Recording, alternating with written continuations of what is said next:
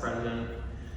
Commissioner Fields is absent today. Commissioner Fuentes will be joining us. Commissioner Levine will be joining us. Commissioner Lewis will be joining us. Commissioner Mack. Present. Commissioner Mesa is present. Commissioner Morrison. Present. Commissioner Murray. Present. Commissioner Sanchez. Present. Commissioner Stein. Present. Commissioner Thomas will be joining us. Commissioner Yap is absent today. We have a quorum. Commissioners, I'm going to do ex parte communications. An ex parte communication is a communication between any member of the Los Angeles Charter Reform Commission and any elected city officer or member of any elected city officer staff regarding a matter pending before the commission. An ex parte communication does not include any communication that takes place on the record during an official public meeting. The requirements of this section do not apply to a communication between a commission member and a member of the city attorney's office providing legal counsel. A commissioner shall disclose any ex parte communication at the next commission meeting following the communication. Any off-the-record communications that take place during an official public meeting shall be disclosed before the adjournment of the meeting. Disclosure shall include the time and date of the communication, the form of the communication, the approximate duration of the communication, if applicable, the identity of the persons who participated in the communication, and a summary of the content of the communication. The summary shall include a general description of the types of charter reforms communicated. Commission members or commission staff may ask a commission member to resubmit communication disclosures that are not sufficiently detailed. The Charter Reform Commission staff shall maintain a public database on the Charter Reform Commission website where a log of ex parte communications can be found. The Charter staff shall update this log within 72 hours of an ex parte communication disclosure. Failure to comply with the requirement of this section shall subject the commission member to potential censure by the commission, and the commission may resolve to recommend the appropriate appointing authority initiate removal of the commission member. A violation of this section shall not render any action of the commission or commission member invalid. Commissioners, I'm going to go around the dais and see if there are any disclosures since our last meeting. Commissioner Andrades. None. Commissioner Mack. None. Commissioner Stein. None. Commissioner Mesa has none. Commissioner Sanchez? None. Commissioner Murray? No. Commissioner Morrison? None. Thank you, Commissioners. We now move on to public comment. Public comment will consist of 30 minutes of in-person public comment, followed by 30 minutes of virtual public comment. If there's time remaining after virtual public comment, we will come back to the room for a total of 1 hour of public comment. I'm going to hand it over to the Executive Director to administer public comment, and we will give the staff a minute to get the list from the back of the room. Is there anyone in the room who would like to provide public comment that did not sign up on the list? All right, Mr. Chair, we have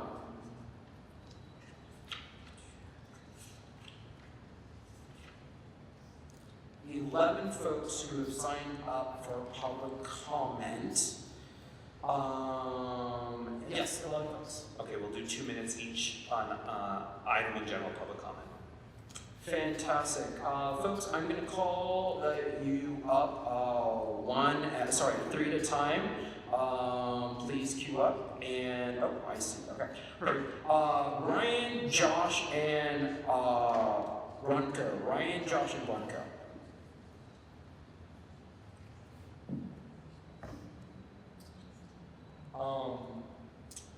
Can I put you right in, right? Actually, so I can talk to you first. Sorry. Can I put you right in so I can talk to you first? Okay, thank you. Sorry. That's our friend from Rob. All back for you. Josh, you are first. All right, Josh, whenever you're ready, begin. Hello, Commissioners. My name is Josh Frederick. Oh, 1 second. We're going to fix the mic real quick. It's probably just turned on.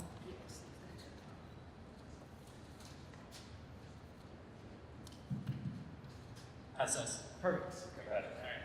Hello, Commissioners. My name is Josh Frederick, and I'm here representing Streets for All. We are excited and we are in strong support of the 2 infrastructure proposals you have before you. The state of our streets is dire, as you all probably know. Someone is killed every 2 days on the streets of Los Angeles, and someone is severely injured about every 5 hours. The number of killed pedestrians has almost doubled over the last decade. The city has functionally stopped repaving streets over the last 6 months. We're getting more and more potholes, and Streets LA can't even repair streets or band-aid them as fast as they're deteriorating. Part of this is because of a budget crisis, but it's also because we haven't set our departments up for success. We have fragmented plans, fragmented leadership, and we have fragmented departments. We spend over $1 billion a year in special and general funds on infrastructure, but have no long-term plans for fixing it and maintaining it. And we have no person accountable for that money. All the proposals in front of you do is give LA a fighting chance. It puts us on the same footing as every other city in the country, big or small, from our neighboring small cities to the largest cities in the country, like Chicago or New York. They have a capital infrastructure plan, they have an executive leading public works, and Los Angeles is alone in the dysfunction. I strongly urge you to pass both of these measures. Thank you. Thank you so much. Bronco, after Bronco is going to be Monica, Luz, and Nick. Monica, Luz, and Nick are after Bronco. Begin. Good afternoon. My name is Bronco Gerson. I'm a resident of West LA in A little closer to the mic, please. I'm a resident of CD5 West LA, and I'm speaking here because I have seen so many potholes and so many strange repavings on streets in my neighborhood and a lot of the places where I go, like these weird like black repavings next to the gutters and old cement. It just looks terrible and it's creating so many bad streets, which is why I'm asking you to please support a multi-improvement plan that's before you to help put the city on track to have better planned infrastructure across the literally thousands of streets that we have in our city, as well as empowering a director of public works to make sure that there's proper oversight for the almost billions of dollars that we spend on infrastructure on our streets. Thank you.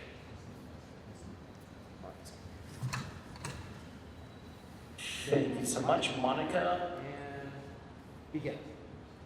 Good afternoon, Chair and Commissioners. My name is Monica Ballesteros. I'm here on behalf of Move LA. Move LA supports Chair Mesa's and Commissioner Fuentes' motion to clarify in the charter that any public banking efforts by the city must be consistent with California's state law and regulations.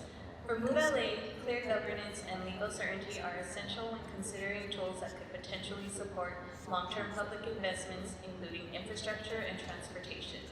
Ensuring alignment with existing state law helps maintain transparency, accountability, and responsible public financing. Under current law, a public bank is a separate, non-profit public corporation with its own independent board and oversight from state and federal regulators. This charter clarification does not create a bank, does not authorize a bank or fund a bank. It simply reduces legal ambiguity by referencing the California Public Banking Act and the DFPI regulations adopted in 2022. Thank you. Thank you so much. And this is Luz, then Luz, right? Yes. Okay, go. Hi, good afternoon, Chair and Commissioners. My name is Luz Castro. I'm the Associate Director of Policy at Inclusive Action for the City. We are a economic justice community development financial institution, also known as the CDFI. We work with small businesses and micro businesses like street vendors and landscapers, and we're also proud members of the Public Bank LA Coalition. I'm here today to share the same sentiments that my colleague Monica just shared, but I'm here to support Chair Mesa's and Commissioner Fuentes' motion to add clarification to the charter stating that any public bank efforts by the city should be consistent with California state law and regulations. And like Monica mentioned, this charter clarification, again, does not create a bank, authorize a bank, or fund a bank. It simply reduces the legal ambiguity. So we urge you to pass this. Thank you so much. Thank you, Nick. After Nick is Rob, Ross, and Nick twice, apparently. Somebody might have signed you up. So it's actually Nick, Rob, and Ocean, I think I'm getting that, are our next three. Nick. Good afternoon, Commissioners. Yesterday, before 3 p.m., I sent each of you proposed revisions to the Capital Infrastructure Plan language in Section 323. It was sent to the Reform LA Charter email and should now be in all of your inboxes. I just forwarded it again to you individually just now. The document shows the proposed edits directly in the text using red line and stripe formatting, so the changes are easy to review. I want to briefly highlight how revisions help implement many of the goals that are outlined in the Schlager motion regarding a unified infrastructure planning framework. The motion calls for a coordinated, multi-year capital infrastructure plan that integrates departmental planning, tracks infrastructure conditions, and aligns infrastructure investment with citywide priorities and financial planning. The revisions submitted operationalize those goals by creating a structured capital planning system that actually carries them out, not a general catch-all wish list. First, the language ensures that the capital improvement program functions as a prioritized investment. I'm going to pause your time right now. Sorry, we're having, we just lost our Zoom, so I'm pausing your time. Okay. It's Sorry about that. It's okay. We had the video start working, which was, had to make it do this, which was nice, but then we lost it.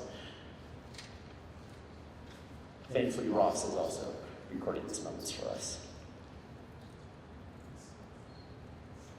Mentioned to many partly during the last meeting how it builds on the draft language that was already there and creates something that is capable of actually executing much more feasibly on our actual needs in infrastructure.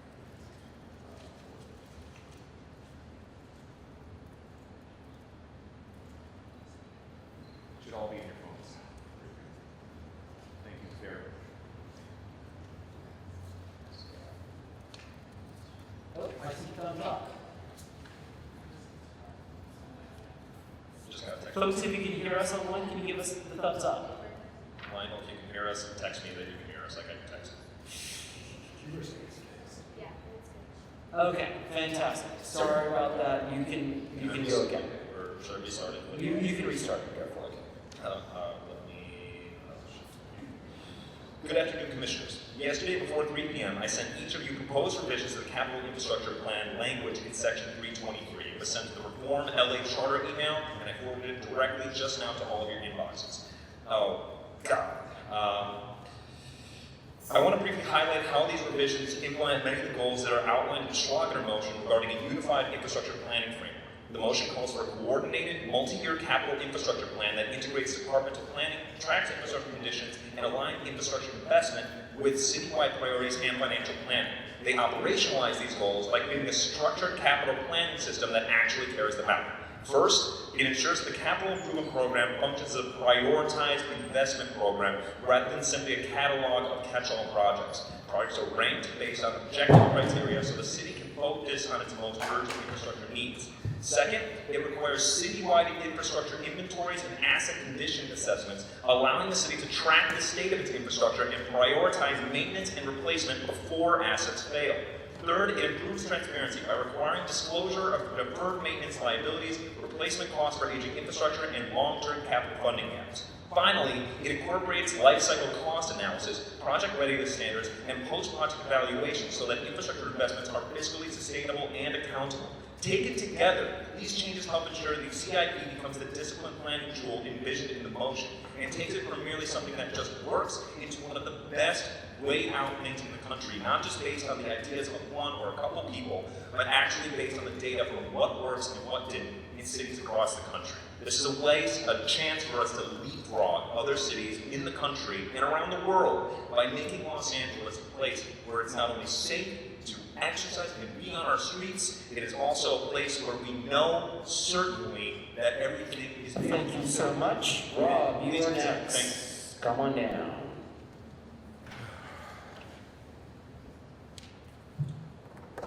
And begin.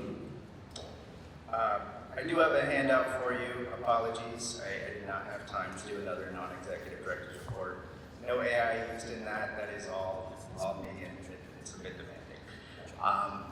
There are a few things that I do hope you talk about regarding the executive director's report. I hope you make time at the end of the meeting. I know we can't have everybody there and prioritize that, but that is an important part of this process. As to the draft charter language, there was a lot of celebration. We took the first vote on language. I didn't think Martin would be all that proud, considering he wanted a truly empowered director of public works, and that's not what we have here. Nevertheless, a few things I highlighted in my memo, a couple of them including the CIP. It is very weird that the vast majority, 6 out of the 7 pages of the CIP, are tucked away in ordinance and not in the charter. The FAR limit, there's very important asterisks that we need to put on this language just because there are CEQA issues that have to be resolved. Turning to the public bank, this is something that I used to be a really big fan of, and then once I grew to appreciate the size and difficulty of this city, the risk of corruption, I had a whole lot more concerns about the implementation and actual policy proposals. I don't know what we're doing here, and I think it's really important if we're amending the charter, we should be intentional and purposeful. There's a lot of people saying that we're not approving a public bank, but we're removing the voters' ability to approve the structure. That is really, really, really important and significant. And we can look over at our, DWP. That's a great example of what we can do. Be progressive, socialist, but that has had so many problems with corruption. And that is in the charter. Councilmember Hernandez pointed to this commission and said, this Charter Reform Commission is a good example of an independent entity. I don't think anybody here would agree with that except for a couple. Thank you so much. Ross, you are next. Again, after Ross is Ocean, and then it's Trinity, and then back to Ryan. I would just like to note for the minutes real quick that Commissioner Thomas, Fuentes have a right. Commissioner Thomas, do you have any ex parte disclosures? Commissioner Fuentes. No. Thank you. Again. Good afternoon, Commissioners. Ross White-Shocker, from Fairfield Lake, speaking as an individual. On January 10th, the Planning Infrastructure Committee approved a motion by Commissioner Slager to create a capital infrastructure planning charter that will be updated every 2 years to maximize monthly benefit outcomes and align investments with plans to achieve specific citywide outcomes. But none of that information about scope and intent is in charter language. It's instead in the ordinance. The motion's language about what should be in the charter should be reflected in the charter language in full. I also support the careful review of the local advanced LA's suggested revisions to ensure the motion language is accurately reflected in charter language and fully realize the benefits of the capital infrastructure plan. If necessary, please table the charter language for CIP to ensure this critical, complex plan is put in the charter in the way it deserves. Finally, invested in place complete research for the last 4 years during the CIP reflects agents' and an inclusive process that engages the public, community organizations, and external stakeholders. I applaud today's motion on language access, which affirms that opportunities for participation are essential for effective and inclusive governance. The passion of infrastructure heads, like Commissioner Stein, like so many public commentators here today, demonstrate the power of individual citizens to advance infrastructure for our city that benefits everyone. Please take action today to ensure the CIP does the same and involves all Angelinos and all stakeholder groups. Thank you. Thank you. Good afternoon, Chair and Commissioners. My name is Austin. I'm a researcher studying at the Sustainability Foundations and organizer of the California Solidarity Economy Network. We support Chair Ministers and Commissioner Fuentes' motion to add clarification to the charter, stating that any public banking efforts by the city should be consistent with California state law and regulations. Currently, there is a lack of clarity on the creation of public banking in the city charter states that the city shall not engage in any purely commercial or industrial enterprise, except upon majority vote of voters of the city voting on a question. While a public bank is a non-profit and not be a purely commercial enterprise, there is currently no provision in the city charter that provides guidance on the creation of a non-profit financial institution. We request that the charter be amended to explicitly allow that to follow the California public banking charter, ensuring that the city legislation aligns with state law on public banking. This charter clarification does not create a bank, authorize a bank, or fund a bank. It simply reduces legal ambiguity by pointing to the California Public Banking Act and the regulations adopted in 2022. I wanted to note also that existing proposals to the Public Act involve citizen accountability and participation, along with clear mandates for social and environmental responsibility. And these are also included in the California Public Banking Act. Thank you. Thank you so much. Trudy. Good afternoon, Chair, Commissioners. I'm here. I'm Judy Train, Executive Director of the California Public Banking Alliance, here in support of Chair Mesa and Commissioner Fuentes' motion to add a clarifying reference in the charter as the city considers public banking. And the change simply states that any city action related to a public bank should align with existing state law, the California Public Banking Act, which was established by the state legislature in 2019. The regulations were finalized in 2022. Again, this doesn't create a bank, it doesn't authorize a bank, it's not funding a bank, it's not bypassing any city processes to create a bank. It's simply aligning the actions with existing state law. And I do want to reference, because I think there's a miscommunication, this isn't a bank that's run by the city. This is a separate corporate, non-profit corporation. And as a banking institution, it's subject to rigorous both state and federal regulations. So, and like existing city agencies like the LADWP, like the LAX, a bank would go through multiple rigorous levels of both state and federal regulatory approval to be able to form a bank. The city isn't forming a bank, it's taking exploratory steps. There are many steps. This alignment in the charter just simply clears up ambiguities so that we're not litigating the same thing over and over again by just simply pointing to existing state law and regulations. Thank you. Thank you, Ryan.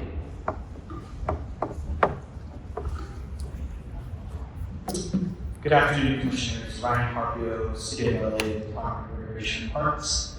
First, I want to say thank you to the Commission for your thoughtful work. Your job here is not very easy. In doing some review of the Los Angeles City Charter, these discussions are important, particularly when they involve stewardship of public land, like our park system. So these proposals are complex. As a department, we have not yet had the opportunity to fully analyze all possible impacts of charter language changes, but we did want to respectfully share initial thoughts and concerns in the spirit of being constructive partners in this process. At a very high level, we believe it is important that determinations regarding viability of parkland continue to involve both the policy leadership of the City Council and the stewardship of the Board of Recreation and Parks. We also suggested some small but important clarifications in language related to whether land is considered viable for recreation. Many of our valued park resources are intentionally preserved as natural open space, and in those cases, the absence of a planned development does not mean the land is not serving a recreational purpose. So using the term use instead of develop would probably reflect would probably be a better reflection of how parks function today. But really more broadly, our goal is simply to ensure that the charter changes avoid unintended consequences and continue to preserve the strong protections that have guided the city's park system for generations. We look forward to continuing to work with this commission. We understand that we have to work with City Council as well on this as the process moves forward, so we appreciate any considerations you may have. And also want to thank you for considering a separate proposal to increase our charter mandated appropriation. Thank you for all the work that you do. Thank you. And you're not signed up, but one last call for anyone in the room who didn't get a chance to sign up to speak. Yep, absolutely. Just feel free to come on down. Thank you, Charter Commission, for having me. My name is Hugh Brockington, member of West Angeles Church down in South Los Angeles in the Crenshaw District. I just want, West A, okay, come on.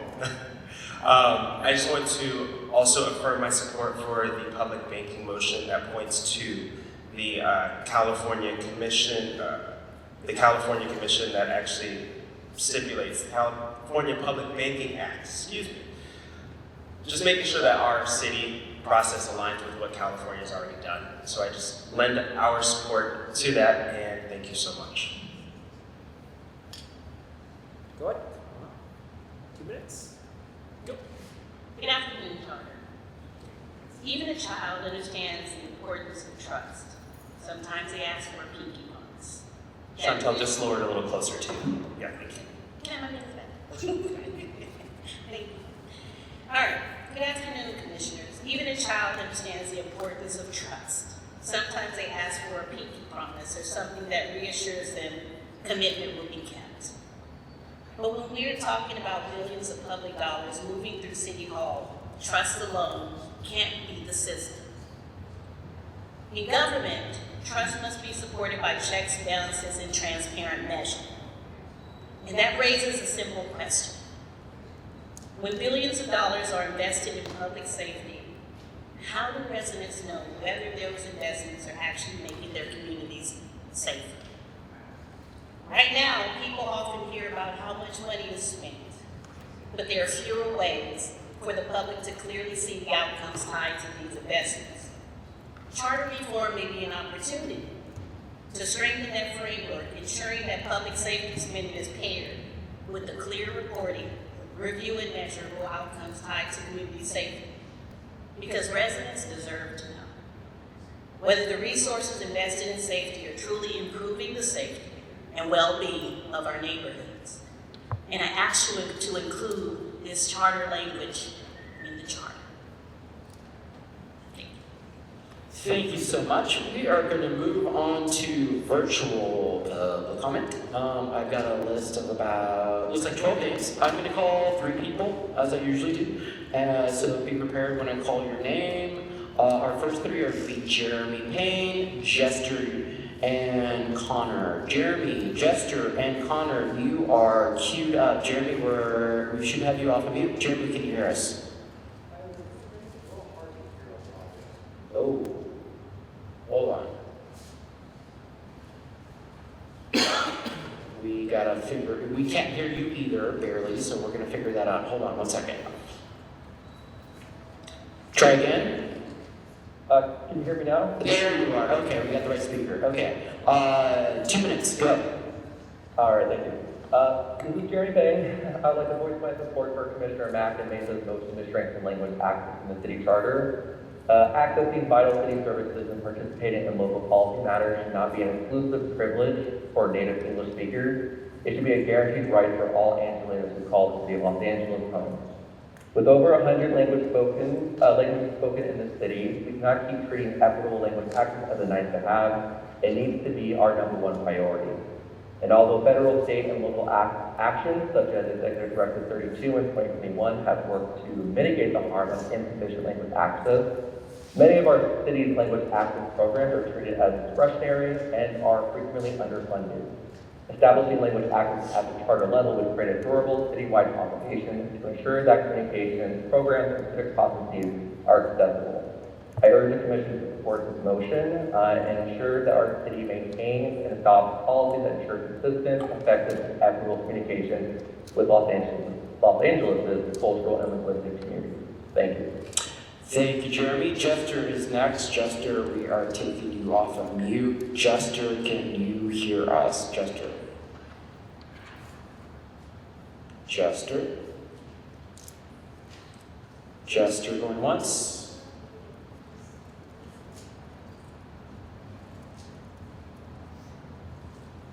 Jester. Yes, can you hear me? There you are. 2 minutes, go.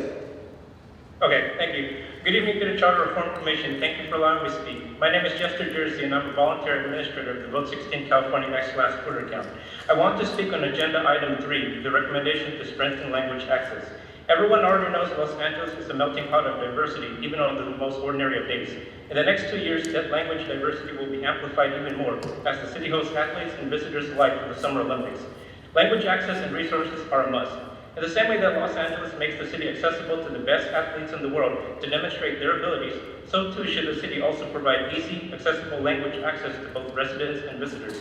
As a platform on the global stage, Los Angeles should have as little language barriers as possible. Strengthening language access today will make it easier for individuals to communicate, navigate, and participate in Los Angeles, whether they live in the city full-time, or are visiting as tourists and guests, or are competing as athletes. Diversity is one of our greatest strengths, so let's find ways to celebrate it and foster it through communication. Language shouldn't be a barrier. but facilitator for positive growth and cultural understanding for all Angelinos. Thank you again for your work and consideration. Thank you, Jester. Connor is next. After Connor is going to be Lionel, Conrad, and Sarah. Lionel, Conrad, and Sarah. Connor, we're taking you off mute. Hopefully you can hear us. Connor?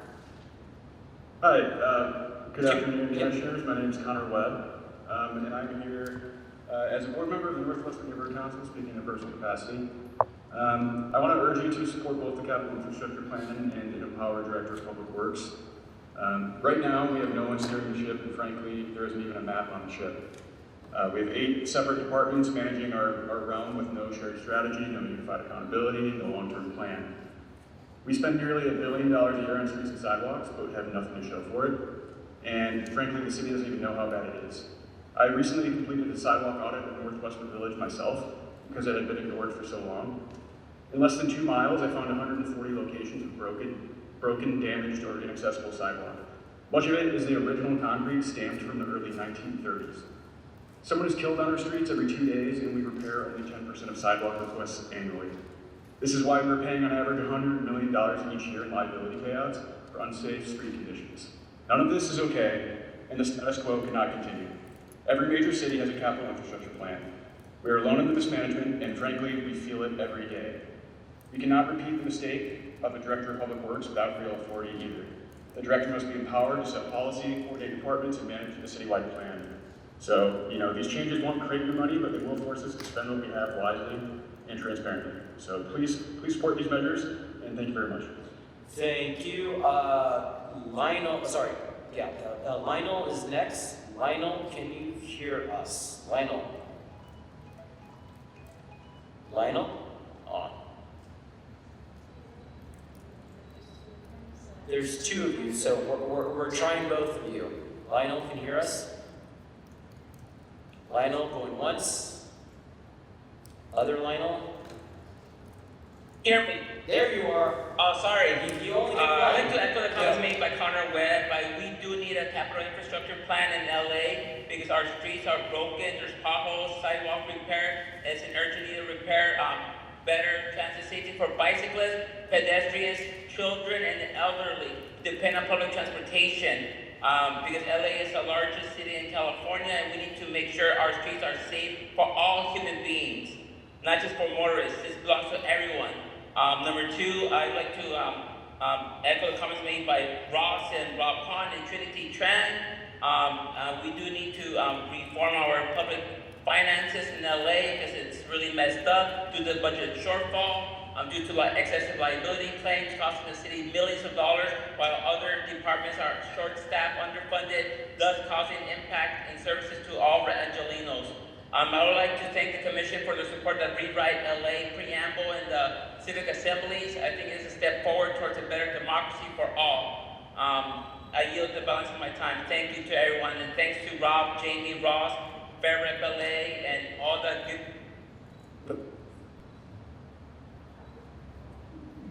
Okay, sorry. Next is Conrad. Conrad, we're taking you off of mute. Conrad, can you hear us? Hello, Commissioners. This is Conrad Starr. For identification purposes only, I serve as the chair of the Greater Wilshire Neighborhood Council's Ad Hoc Committee on City Charter Reform, and I have a brief general public comment encouraging the Commission to recognize and mandate neighborhood council elections in the remainder of its meetings. To recognize that neighborhood council terms are set in their bylaws, and that a neighborhood council's bylaws indicate the elections and selections in which they will participate, and to mandate that citywide neighborhood council elections shall be held every 2 years, just as the charter mandates elections for the mayor and for city council. As I have told this commission in the past, these citywide elections are when neighborhood councils and the Department of Neighborhood Empowerment come together to get the message far and wide that participation is available to all sorts of stakeholders, residents, business owners, and workers alike, and to lose the opportunity, as the city clerk is proposing for 2027, is a travesty. So to enshrine this in the charter will prevent any future attempts to diminish our voice, diminish our reach, and challenge the potential diversity that we can add to our boards. And with that, and the GWNC did pass a CIS last night to this effect. Unfortunately, our chair is traveling, and so you will be seeing that soon. And I yield any balance of my time. Thank you so much. Thank you, Conrad. Sarah is next. After Sarah is going to be Jamie, John, and Amy. Jamie, John, Amy are after Sarah. Sarah, you should be off of mute by now. Sarah can hear us. Hello. Good afternoon, Chair and Commissioners. My name is Sarah Friedman, and I'm with the Trust for Public Land. I want to start and say we're deeply appreciative of this week's vote to approve language to increase recreation and parks allocation, and we offer the comments in true collaboration. We do appreciate the pressures facing the city, but as drafted, 594E has some ambiguities that could really undermine land protections and equity and open the door to disposition of parkland for purposes that have nothing to do with affordable housing. We have 5 concerns. First, this council should not have unilateral authority to declare parkland non-viable. The Board of Recreation and Park Commissioners has the technical expertise to make that call. We recommend requiring both the board and the council to concur before any transfer moves forward. Second, as it's drafted, it's pretty unclear whether in subsection E, all 6 conditions must be met or whether there are alternative pathways. There needs to be a clarification that would be clearly conjunctive, or there's some vulnerabilities there. Third, we're really supportive of the finding of public interest, but we recommended defining it specifically. So tying it to community recreation needs, community surfing needs, or affordable housing. Before moving forward, it could be too general otherwise. Fourth, the proceeds provision is a really weak substitute for replacement parkland. There's no floor on the price, and parkland can be sold well below market value. We recommend retaining the current requirement of 1-to-1 replacement land for parks. If that's not feasible, transfers must be at fair market value based on the highest and best use, not just assessed values open space.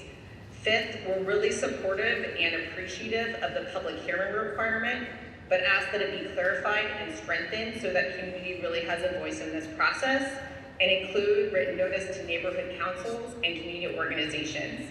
A minimum comment period. Thank you so much. Alrighty, Thank you very much. Our next speaker is Jamie. Jamie, we are taking you off of mute. Jamie, can you hear us? Jamie? Can you hear me? Yep, you're good. Go. Okay. So a couple things. With public bank, I'm interested in that topic, but I do have concerns about, unless there's a governance structure incorporated into the charter via a vote of the people, I do worry about a public bank being able to be used, or at least the perception of the public of it being able to be used for corruption and malfeasance. So I think that you have to have an independent governance structure baked in if you're going to have a public bank. Two, I was looking at the executive director's report on neighborhood councils, and yeah, it's like 60% that's supposed to get it, but your guys' contract with City Fabric says that they're supposed to do 50 presentations to neighborhood councils, and I know for a fact that it is nowhere near that. So what are you guys paying them for? It's a lot of money for that contract for them to not actually do the work that they were contracted to do. Because I've done the work on that. And so I also look at things like, why are we missing calendar updates? There wasn't one for February, there wasn't one for March, the kind of flyers that people would want to use. I had so much hesitation when I saw that contract, and unfortunately I think that my hesitation is correct in its founding. I also really strongly believe in the need to empower the Director of Public Works. I think that that is one of the best and brightest changes that you guys could make. Right now, when it comes to repairs in the city, it is operationally a cluster F of departments fighting with each other and with people stepping on each other's toes. I remember just trying to get something fixed on one of my streets for my neighborhood council, having to go to like 3 different departments and everybody pointing at Thank you, everybody else and no one Jamie. knowing Our next who speaker to go is to. John. John, we are taking John off of mute. John, can you hear us? John? John? Hi there, John Deering. Been involved with the advocacy around the CIP, the Capital Improvement Program. Just want to commend the commission and staff for putting forward a very strong proposal on the CIP in the actual charter language that's on the agenda packet. This is very detailed, and I think it gives a lot of weight to the thought and importance for having a 5-year CIP as a charter mandated budget document. Excited to see this go all the way through the City Council and onto the November ballot. I think on its merits, it is the strongest output that this commission is associated with. So well done to everyone. On the Director of Public Works, just to echo the prior comments, the change, shifting management authority to the Director of Public Works is absolutely necessary. It coincides with having a robust CIP defined in the charter. Boards, notwithstanding what the charter currently says, boards do not manage, commissions do not manage, general managers manage, directors of agencies manage. So thank you for making that consistent. I do want to point out one inconsistency in that Director of Public Works language. There is a page 1 there says that section 507 as transfer of powers. This is incorrect. The current transfer of powers section is section 514, and I'd like to request a clarification. The Director of Public Works says it would be added to this section. This section governs certain departments. So why is an individual position, as in the Director of Public Works, added here, not the department? I appreciate clarification on that point. Thank you. Alrighty, next is, I'm sorry, I lost my track. Amy, after Amy is Eli, Eric, and August. Eli, Eric, and August. Hi, can you hear me? Yes, go ahead. I'd like to speak on the proposed charter languages. I sent this as part of the written comment, public comment yesterday, but in case you haven't had the chance to read it, I'm highlighting it here. The proposed charter language in 582N is overly complicated, making it difficult to understand. Before you approve the language, you need to amend it. Sending convoluted charter language to City Hall is a surefire way to get it dismissed outright. It should be split into 2 parts. Oversee construction and maintenance and carry out any of the purposes here mentioned from any funds under the Director's control and available for such purposes, and then N, nothing in this section shall be construed to abridge the power of council to order any work or improvements and to provide the manner of payment. However, all work is to be done under the superintendence and control of the Director of Public Works. I would like to point out that under no circumstances am I trying to undermine the process. It is the role of advocates to watch, review, and warn when things go awry or when you're about to pass something that is doomed to fail. Regarding the Capital Improvement Program proposed changes, I would like to say that underlining half a page is cruel and unusual punishment and makes it nearly impossible to read. This is something that could have been caught by a dyslexic person, someone who is unlikely to be hired as long as examinations remain as a hiring requirement. That aside, I encourage the Commission to table the vote on the CIP because this does not properly represent what Commissioner Schlageter put forward and what was passed by the Planning and Infrastructure Committee. I support the motion to strengthen language access in the Charter. This is important. It should be an easy thing to get passed by Council. Please consider Rob's amendments before passing the motion on public banks. Thank you all for your time. Your work is appreciated. Thank you, Amy. And I'll just say my good friend Eli Lippman, we're taking you off of mute. Eli, can you hear us? Eli? Yep. There you go. 2 minutes, go. All right, thank you. Thank you, Justin. Eli Lippman, representing Move LA. I'm the Executive Director. I also am the past president of the Palms Neighborhood Council and the first person in the city of Los Angeles to be elected by ranked choice voting. So I'm really excited to see that the commission has made the recommendation on ranked choice voting. Really exciting, and looking forward to seeing that move forward and celebrating that. Second, I'd like to thank Commissioner Fuentes for item number 2.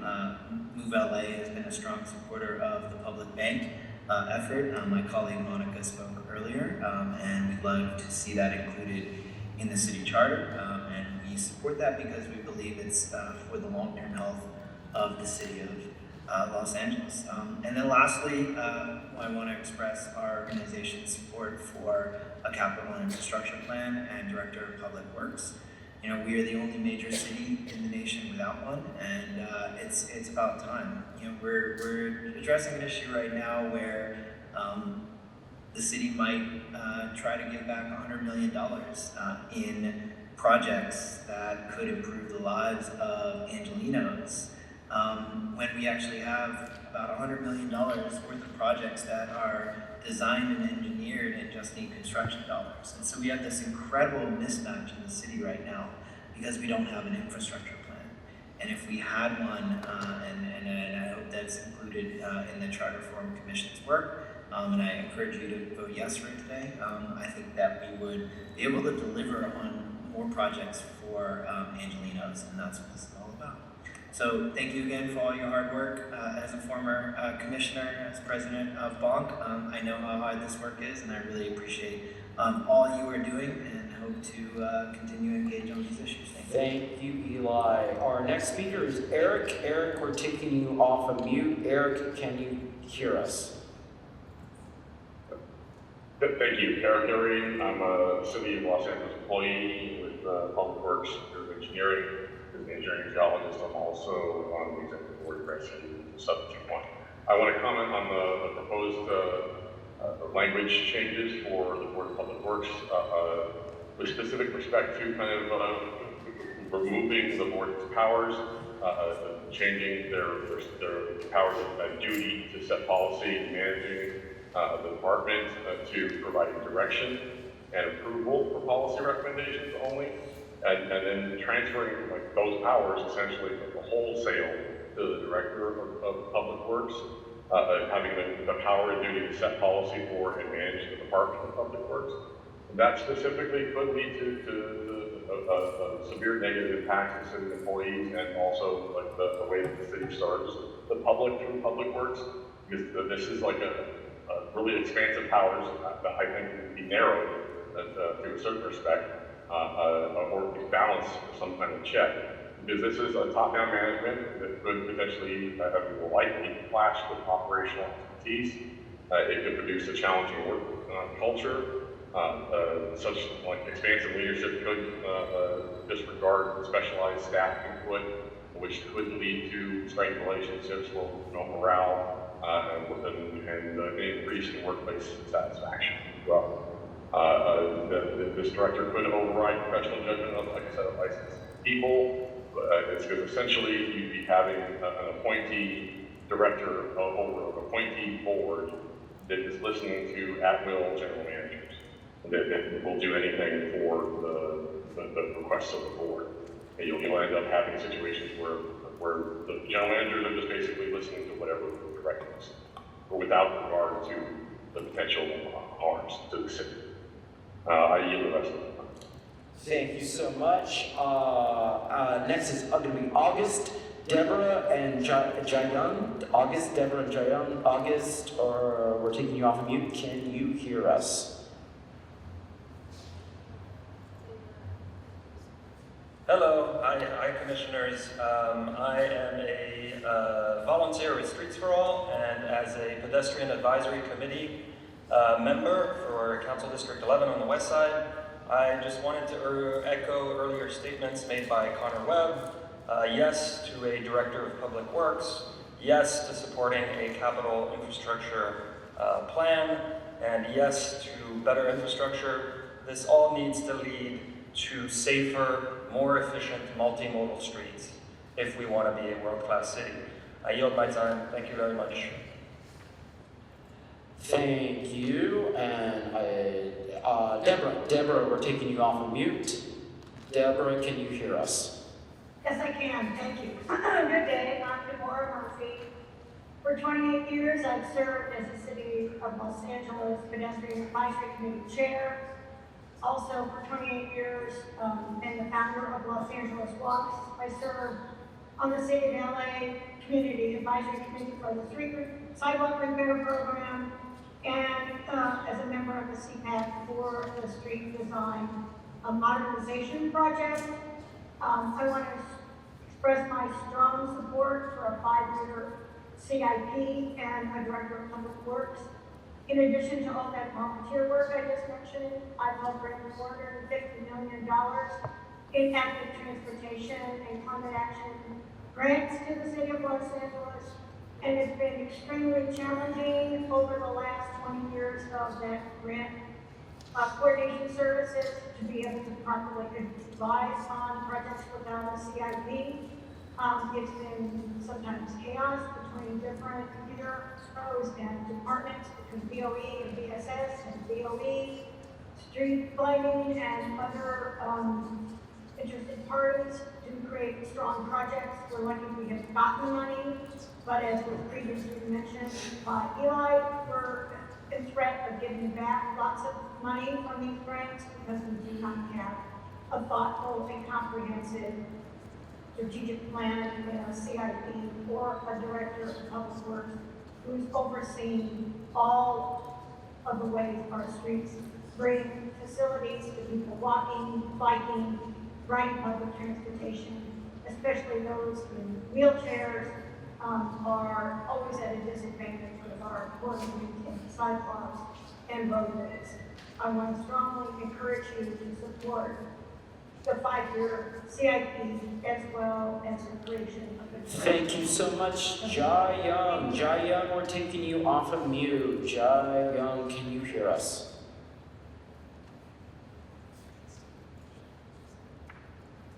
Can you hear us? Hello. There you go. 2 minutes, go. Hi, my name is Gia Carolyn Park. I am an attorney and I'm speaking as an individual.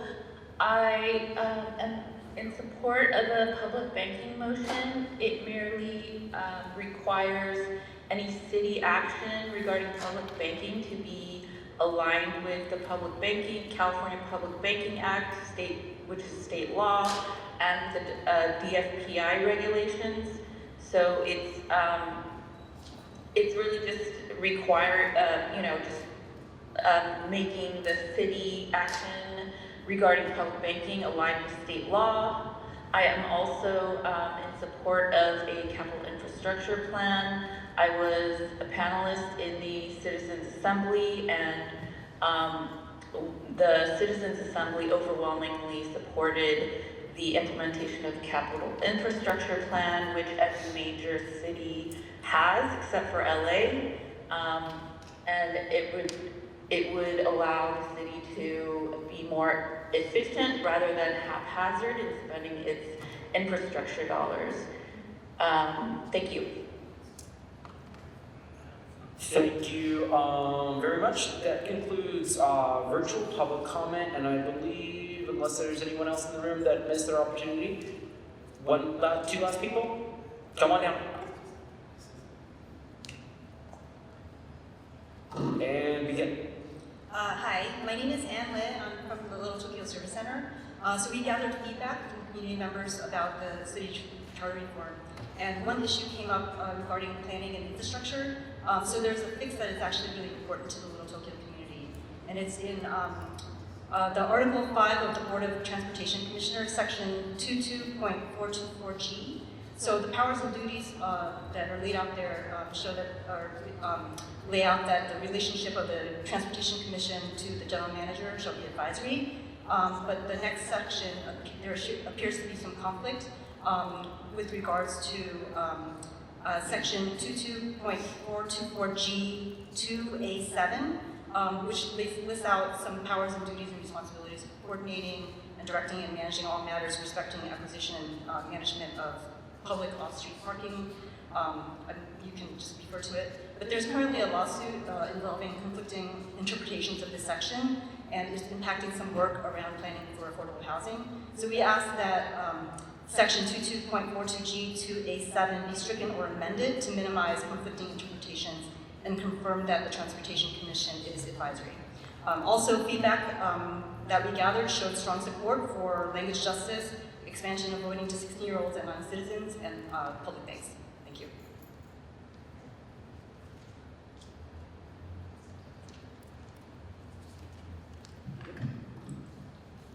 Hi, good afternoon. My name is Yasue Katsuragi, also from the Tokyo Service Center. So we need a language access and language justice to embed it into the city charter. Too many times we have to provide translation and interpretation to our community members to meaningfully engage in the civic participation. And unless it's built into the charter, it will always be overlooked. I organized monolingual Japanese seniors to provide public comment on the downtown community plan last year. If I had not been there, these seniors would not have had interpretation support. It was disappointing for our seniors to see that the city they call home create the barriers for them to participate. Also, Little Tokyo was a neighborhood that was hit the hardest after the ice rains, led to community protests that resulted in the curfews. Yet, when programs were offered to support impacted small businesses, nothing was offered in Japanese. Again, it was up to the work of the nonprofit community to provide interpretation and translation. We need to enshrine language justice into the city charter to ensure that language will not be a barrier for our communities to get services to be actively engaged. Thank you. Thank you so much. And Mr. Chair, that concludes public comment. Thank you. We now move on to approved neighborhood council community impact statements. Are there any community impact statements in the room or virtually? If there are virtually, if you could please raise your hand. All right, I see none in the room, Went away. Sorry. All right, and I see none online. Commissioners, we're going to take a 15-minute recess. I'd like to see it's almost 5:10. Let's reconvene at 5:25. Is there any objection? All right, seeing none, we're in recess till 5:25. Recording stopped.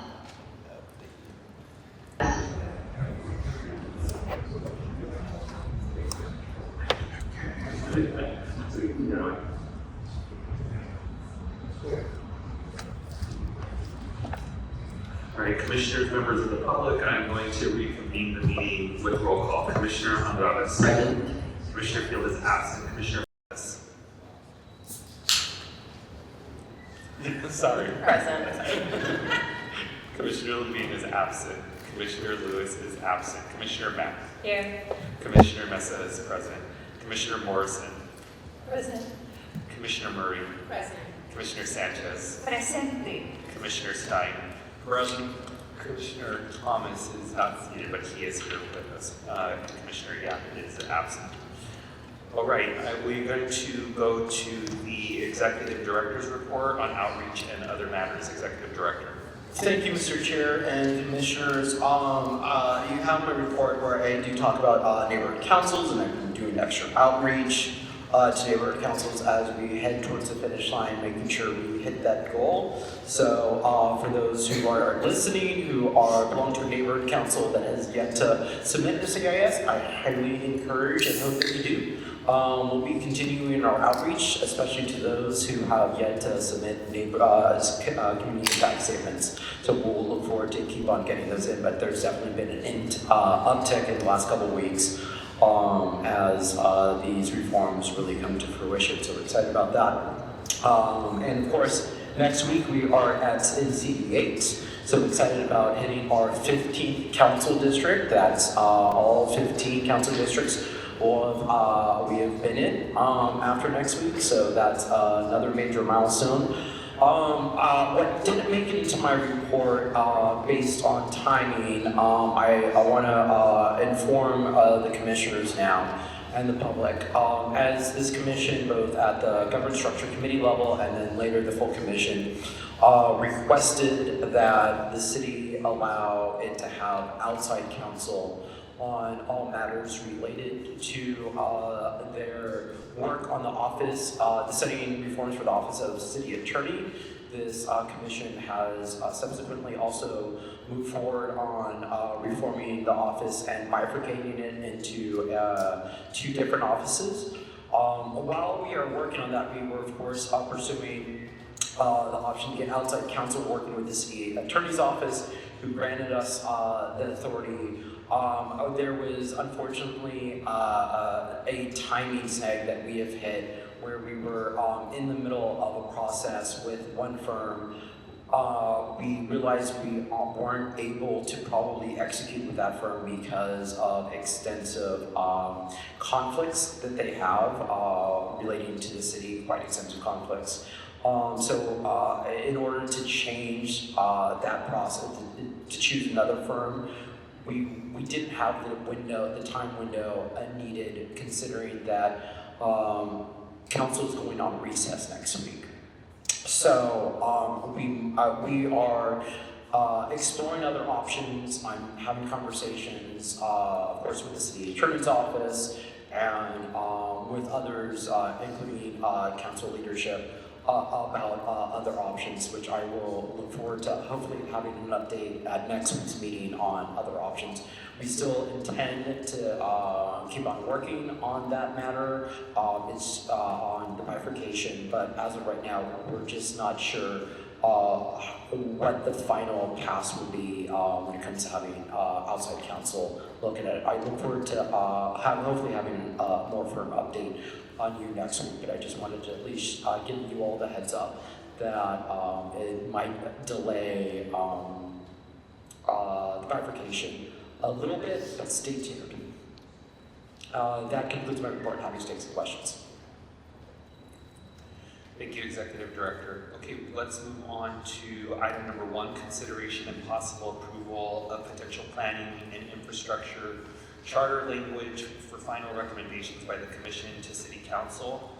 Commissioners, before you, I would ask you to pull out the sheet that says explanation of charter changes, March 12th, 2026. That gives an overview of the different charter revisions that are before you.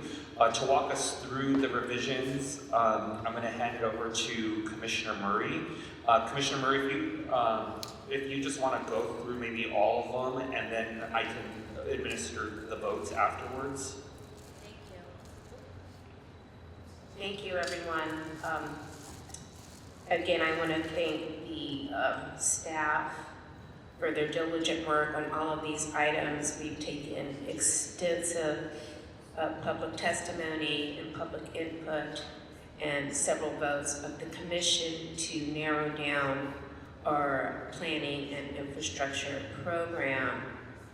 With regards to the infrastructure, we had several items that the Commission passed, and I'm just going to go down the list as Chair Mesa has asked me to empower the Director of Public Works.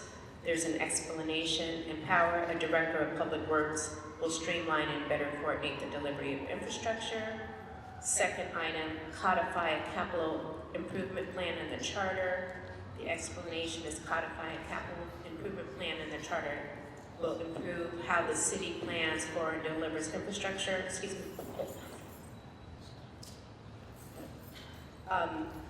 There is language I'm going to ask everybody to look at.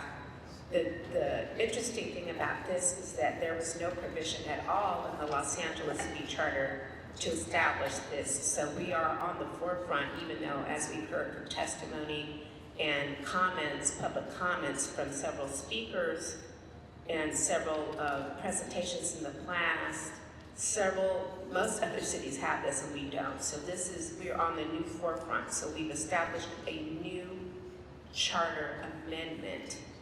And in order to implement that, we have to amend the charter, and also we have very strict language that we've been working on with the city attorney which implements this by ordinance as well. So this is a little bit different, but it is similar to the items that we had at the last commission meeting where the Civil Service Commission had to approve personnel items. So it's a technicality, so that's just an explanation.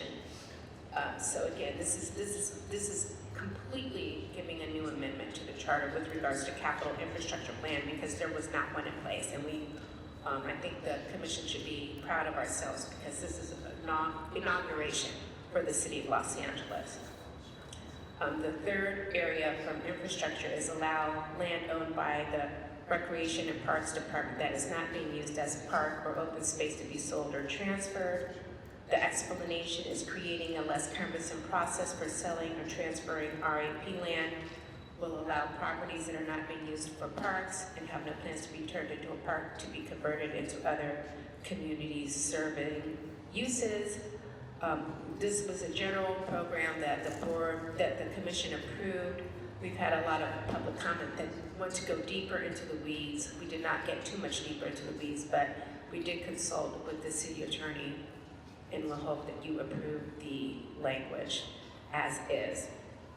With regards to planning, the next item is replacing area planning commissions and other appellate bodies with a 5-member board of neighborhood appeals. Excuse me, again, anytime you guys talk, I can't hear myself. We're replacing ABCs with the 5-member board of neighborhood appeals will streamline the development process and save city resources. The next item is allow Board of Neighborhood Appeals or other appellate bodies to consider issues de novo on appeals. The explanation is replacing error and abuse in section 552A with de novo, clarify the BPCs, which is now the Board of Neighborhood Appeals, may consider the whole of the project with no deference to the initial decision maker. The next item after that is amend Charter Section 245E. The explanation is amending Section 245E will create more transparency in land use decisions making by giving council the authority to remand items back to the City Planning Commission for reconsideration a single item and include a time requirement for council to act on certain land use cases. And finally, amending the Charter Section 104E, FAR limit of 13 to 1. Again, this is an item that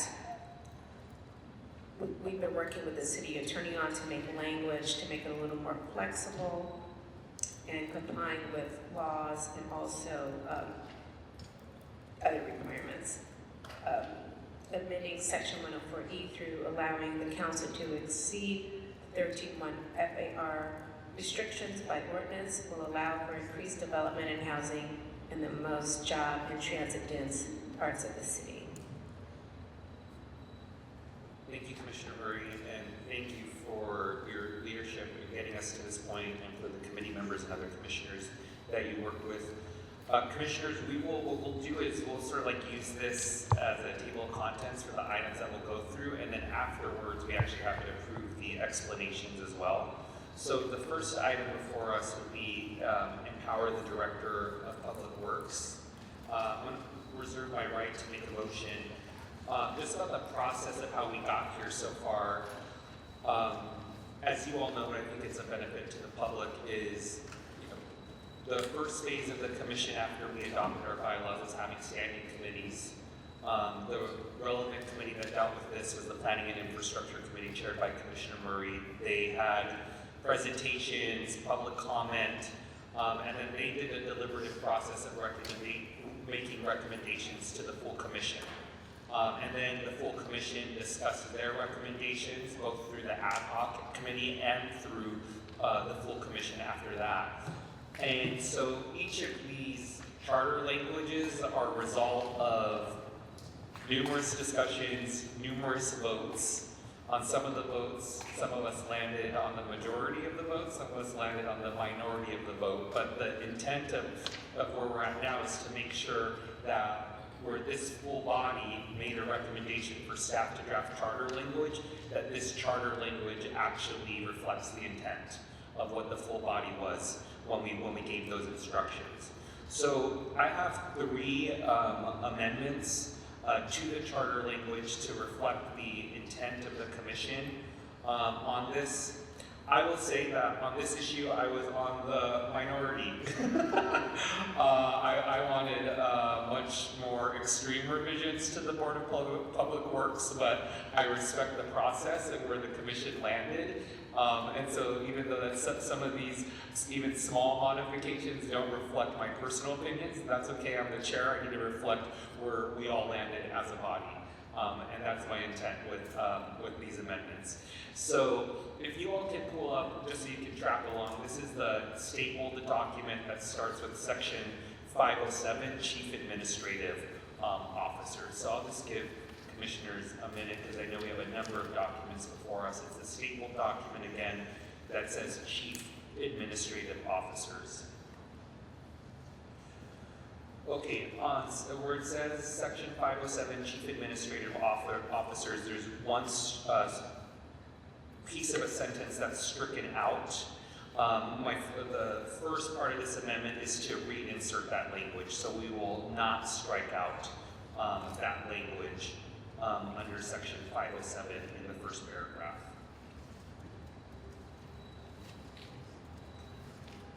Now we move to you have to skip a page to section 582, which is Director of Public Works. I'm going to go to section 582, Director of Public Works A. The language currently has a portion stricken out, and then it adds language which says set policy for and manage the Department of Public Works. We're going to strike the new part that says set policy for and.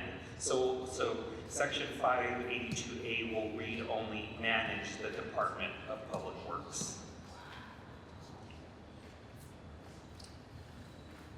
And then the last part of my amendment is also in section 582 on the next page.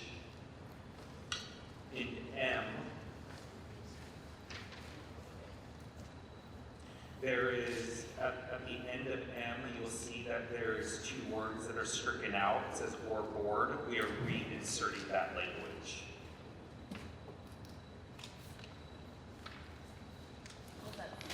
Sorry, this is on M. And then I'll just reiterate that one. I'm sorry, Commissioners. I know there's a lot of people in front of us today. On M, there's where it says or board at the end is stricken out. We will reinsert that language. Chair, will you accept the friendly amendment? Well, let me just see if there's a. No, that was my motion. Is there a second? I second. All right, second by Commissioner Stein. Commissioner Stein? Yes, on going back to 582, where you took out the word set policy for the sake of the board, set policy for and manage the Department of Public Works. And that's what I thought the commission had come up with when we were doing it. My understanding was it was a collaboration. My understanding is it's going to be a collaboration, so even though I'm not the mover, I would not think that was a friendly amendment. I would, that amendment would not be friendly, Commissioner Stein, only because I think the intent here is that we want to be very clear that the Board of Public Works does set policy. They are the 5 appointed members, but that the director will implement the policy of the board. I don't have that problem with the way it reads now under the director. He is the person to manage it. So as long as somewhere you would set in the board will set the policy and the director will manage the Department of Public Works, I'd be happy. All right, in section, Commissioner, I think we have a solution here that I just want to walk you through. Section 581, Board of Public Works. A, it currently says in the new language, provide direction and approval for policy recommendations for the management of the Department of Public Works. If we remove the word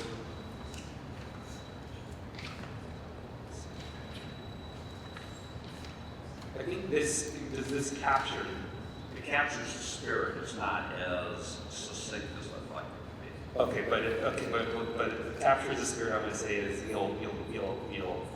that would be acceptable, although not ideal. Okay. All right. So then the motion before us. Okay. So what we do? So we have the. So the motion before us is a motion as amended. Let's have a discussion on empowering the Director of Public Works. Commissioner Murray. I just want to emphasize that Commissioner Stein and I worked very hard on the powers of the Director of the Board of Public Works and the Director of Public Works, and we're going back and forth on language, and so I believe that we've come to a tacit agreement about the responsibilities of both the Director of Public Works and the Board of Public Works. So we're just sort of going back with the language. But I think the document that we have before us, I think, captures what the Planning Infrastructure Subcommittee presented to the entire commission, and the entire commission did approve, I believe, all of our recommendations unanimously. Thank you. And again, I want to thank again the staff for collaborating with regards to the language. Thank you. All right, seeing no further discussion, I'm going to take a vote on the motion as amended to empower the Director of Public Works. Commissioner Andrades. Yes. Commissioner Field is absent. Commissioner Fuentes. Yes. Commissioner Levine and Lewis are absent. Commissioner Mack. Yes. Commissioner Mesa votes yes. Commissioner Morrison. Yes. Commissioner Murray. Yes. Commissioner Sanchez. Yes. Commissioner Stein. Yes. Commissioner Thomas. I want to say yes, but I also wanted to have a little discussion, so I'll just say yes because it's past that point. It's past that point. Motion passes. We now move to codify a capital improvement plan in the charter. Commissioner Murray, would you like to make a motion on this matter? Yes, people move to approve the language as instituted of the capital improvement program. I believe I gave a brief explanation as that this is, we are charting into new territory, no pun intended, chartering with this. I didn't think I was being that clever, but I guess it kind of was. And even though we've had several other cities, Long Beach, several other cities in the state of California and in other cities throughout the United States have this, and we are charting on new territory, and we've worked with the city attorney's office to make sure that the language is in compliance, and we've also established a very detailed plan about how to implement that, and I want to thank the staff again for working on that in collaboration with our other partners and community input. So on that note, I'd like to move to approve the codify a capital improvement plan in the charter. I would second it. Second by Commissioner Stein. Discussion. Yes. First, I want to say that Chairperson Murray did just come.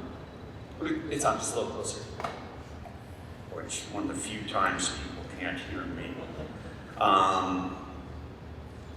Chairperson Murray just did a terrific job on this. In committee, we had also Commissioner Schlager before he took his new job, and the three of us took this very seriously and tried to get most of the bugs out of it. And I think Commissioner Murray deserves the kudos for doing that. I have just one or two small things. In section 323, we said, prior to the adoption of a program plan, the city administrative officer / CFO shall certify. But if you go down to paragraph D in fiscal certification, it only talks about the city administrative officer and leaves out the CFO. For the purpose of consistency, I think we should add CFO back into D. I'll take that as a friendly amendment. And my other small one was a question. We had in here the that the mayor could have, this would go to 5C, what I'm going to speak about right now. You know, the mayor gets appointments, the council gets appointments. First on the steering committee, first of all, how many are on the steering committee and how many appointments are going to come from council and from the mayor's office? I think we need to limit that a little bit so that it just doesn't get overwhelmed. And I'm open to anything the chairperson, meaning in this case Commissioner Murray, feels on it. Again, I think we get, it starts to get, as to quote Chair Mesa, slippery slope when we start to sort of, I mean, this is going to be established, this part is going to be established by ordinance, and I think we get down the slippery slope when we get into too many details with regards to that, but I understand your concern. I'll live with that. Thank you. Commissioner Fuentes. I wanted to offer an amendment that's hopefully friendly to section 8, specifically related to item C, related to performance metrics. So after I should say, the sentence about emergency amendments, I just wanted to offer. I'm sorry, Commissioner Fuentes, sorry, just 1 second. What section is it again? I apologize. Oh, 7, sorry. I don't know what that is. 7C. 7C, okay, give us 1 second to get there. There's a sentence about emergency amendments. I was just going to offer that additional text be added to read, emergency amendments require declaration and approval by the mayor or city council. Can you please go back one more time, say what you're saying, because I'm not finding what you're looking at. Just give me 7. C, under the last page. The last page. Performance metrics? Yes. Okay. Okay, so there's a sentence that starts emergency amendments. I was going to offer an amendment to add a sentence that reads, bless you, emergency amendments require declaration and approval by the mayor or city council. Declaration and approval approval by the mayor or city council.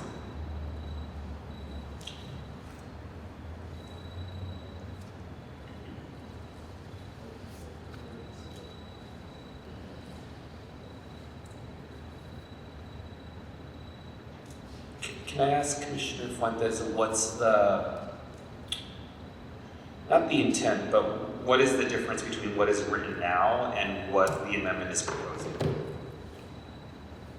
This is just emphasizing the process for emergency amendments in the section.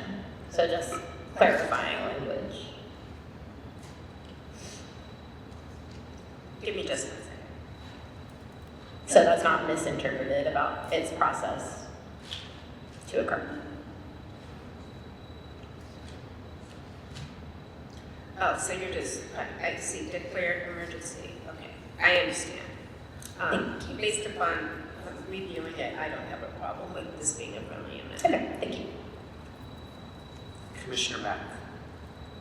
If I can also suggest a friendly amendment, I'm looking at section 7, part A, under public access. And my amendment would just be to add one sentence after, so I'm just gonna read out A. So A is the CIP scoring criteria, project ranking, life cycle analysis, funding sources, and status reports shall be published on the city websites in a searchable format and include a regularly updated GIS-enabled maps of all CIP projects. My amendment would be to add one more sentence that says, the city shall make sure public-facing CIP materials and outreach also includes multilingual information and wayfinding support to affected cultural neighborhoods. That sounds terrific. I was going to recommend that as well, but if you could just say it slower so we could make sure that the staff, we all get it. Oh, I haven't, I wrote it out right now. We'll take a picture. Okay, I can read it out one more time just to be clear for commissioners and the public. So right after the first sentence of section 7A, we will add one more sentence that says, the city shall make sure public-facing CIP materials and outreach also includes multilingual information and wayfinding support to affected cultural neighborhoods. I accept that friendly amendment, thank you.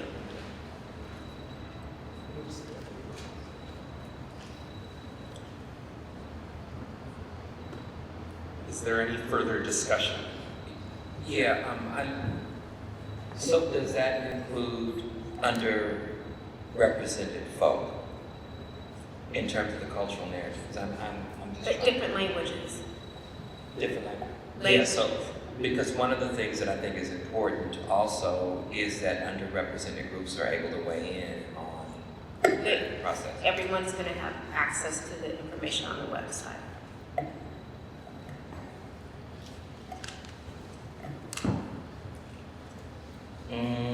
That ain't what I'm saying. I mean, what do you mean? Like how? No, what I'm saying is that one of the issues in planning is that typically Black people don't weigh in. But it's gonna be on the city's website. I understand that, but they're also in envisioning these projects. Usually, these development projects are supposed to organize community groups and then talk specifically to them about the particular project, so they understand this on the front end and not on the back end where they have to organize against a development project. We've seen that happen in Inglewood, and we've seen that happen across the country. And so what I'm saying is that, is there a place where the city is saying that they're going to extend a particular effort to underrepresented groups? Because this also gets to the issue of gentrification. I understand. Okay, so I'm just under section.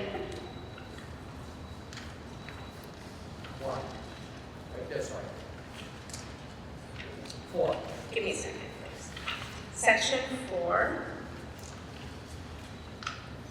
subsection A, division of subsection 5, it does address that.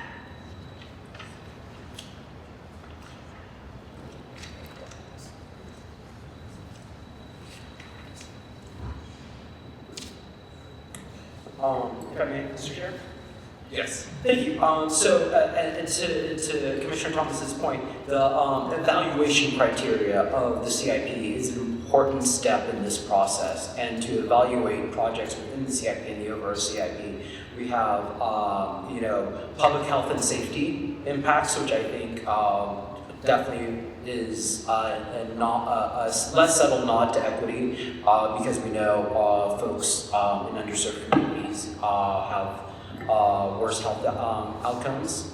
So we start there, but really we underline it when we get to number 5, when number 5 scoring is equity and geographic distribution considerations. So that is saying out loud that equity has to be considered in the scoring criteria for the CIP. I think that's the intent, but that's not necessarily what that says. Well, this is just, we're trying to General. get the framework. Okay. We're just trying to get the framework, and the majority of it is going to be implemented by ordinance, and that would include all outreach. So this is just to get the framework, to get it in the charter. I just want to get it up and running. I understand your concerns, Yeah. definitely. I just want to make sure that it doesn't continue as it has. Well, there isn't anything now, so we're starting from scratch. Yeah, I know that it's brand new, but development is not brand new, and the emphasis on talking to communities is not brand new. And there are some communities that when they come out and they organize and they speak, the projects are canceled. There are other communities that there is no real outreach, there is no real impact in terms of listening to the voices. And I just want to make sure, since this is brand new, and we've already passed a motion that talks about equity and repair, that we don't, on the one hand, seek to repair harm done to unrepresented communities and then repeat that harm. So I know the intent, but I don't have the language, but I just think that I just want to highlight the fact that we have to double down, especially as I've said before, especially as it relates to black folks, because there are not a lot of black folks in this town. And so we have to make sure that we provide space for them. Because in a democracy, it is not winner take all, there's not majority rules. It is that we should be protecting the interests of the minority over the tyranny of the majority. And so I just want to make sure that that is emphasized, and I point that out. Thank you. Thank you, Commissioner Thomas. Any further discussion? All right, I'm going to call a vote on this item. This is to approve codifying a capital improvement plan in the charter as amended. Commissioner Andrades. Yes. Commissioner Field is absent. Commissioner Fuentes. Yes. Commissioner Levine and Lewis are absent. Commissioner Mack. Yes. Commissioner Mesa votes yes. Commissioner Morrison. Yes. Commissioner Murray. Yes. Commissioner Sanchez. Yes. Commissioner Stein. Yes. Commissioner Thomas. Yes. Commissioner Yap is absent. Motion passes. Commissioners, we now move to allow land owned by the Recreation and Parks Department that is not being used as park or open space to be sold or transferred. For your documents, this is the staple document that says Section 594, Control and Management of Recreation and Parklands. Commissioner Murray. Thank you. We had a lot of deliberation on this item. This is not Commissioner Stein's or my baby. However, Commissioner Slatiger was very forceful, and some of our fellow commissioners took up the charge. I don't have a background in real estate or buying and selling of land, but we did hear a lot of commentary, and there were a lot of public comments about this. So the community was very concerned about these areas. There are several places in the city where the parcels were underdeveloped and not able to be used as parkland, and so the community was asking us to move forward with this item so that they could dispose of the land. We tried to get into some detail. Some people wanted to get into way more detail, including Commissioner Slatiger, but we did have a lot of public comments, and we had some today. The proposal is fairly comprehensive, that's before you, but it's not as comprehensive as some community people would want. But again, the staff did work to put together a common sense proposal for the disposition of land not being used as parkland. Again, it's not in as much detail as some folks would like, but I feel that it is comprehensive enough to go into the charter. So I will move to approve this item. Is there a second? There is a second. I don't know if Commissioner Stein has any further comments about this. I just want to also thank Commissioner Fuentes, who identified in the process of the full commission to make sure that the California Surplus Land Act was part of this, because I think it addresses a lot of the concerns about how this park land would be sold off. And so I wanted to thank Commissioner Fuentes for that. Likewise. All right, is there any further discussion on this item? Commissioner Mack. This is just more so me clarifying. If we look at section E, number 1, where it talks about land not viable for park use, I think this might just be a typo. But section E, number 1, where it says either the board finds and determines with approval of council, I think either should just be slashed out, right? For section E, number 1. So it says either the board finds and determines with approval of council. Yeah. So I think either should just be striked out.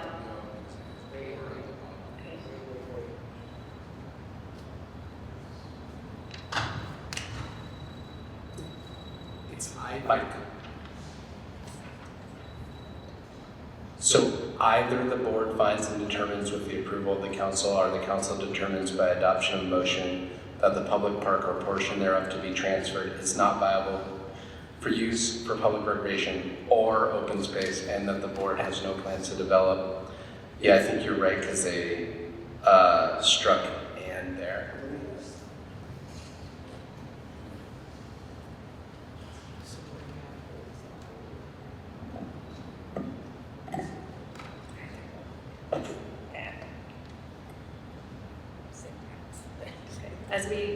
As we wait for that, so that was my first question in terms We of. may require them, let's Okay. continue to wait, yeah. Okay. The city attorney's just.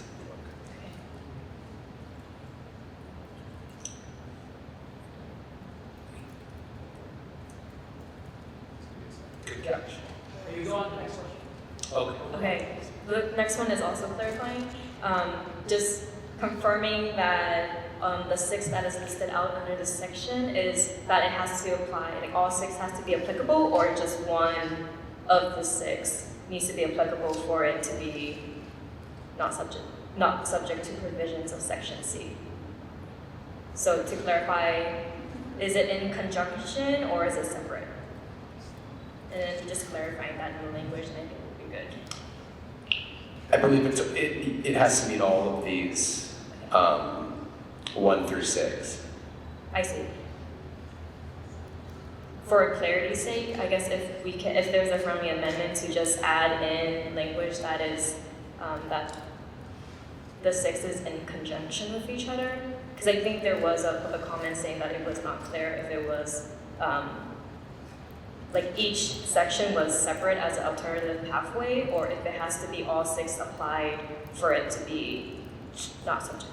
Yeah, so at number 5, when it says "and" at the end. Okay, so it has to be all 6, okay. Yes, that is great. the definitive word that Okay, binds them all great, as long together. as that's the way it reads. Yeah. Okay, great. Yeah, yeah, that's legalese for all of this. Okay, great. And then, yeah, I think just going back to the first question I had, we can get clarity on that.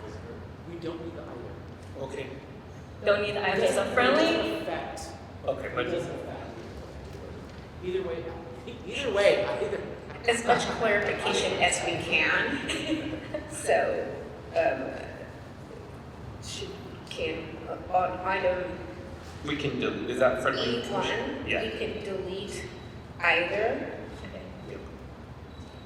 Thank you. My mother in heaven would be very proud.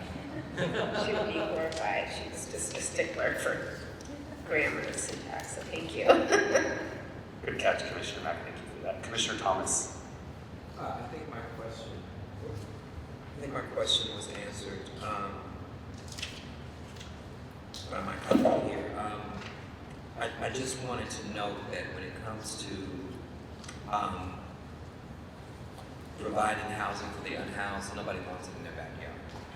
And it just seems like this would be a great opportunity to use these spaces. And I know that it's in the state law, but if it's already in the state law, it ain't done that often. And so I really do think that this could be a real solution to the situation regarding the unhoused, and maybe first right of refusal should be to those folks who would be willing to build for the unhoused. There are, I know, y'all, I know. He's just making a comment. He's just making a comment. So, but you could. I don't know if legally you'd be able to. But he's just making a comment. Yeah, and I'm just saying that because the truth is that in these unusable parks, they live there anyway.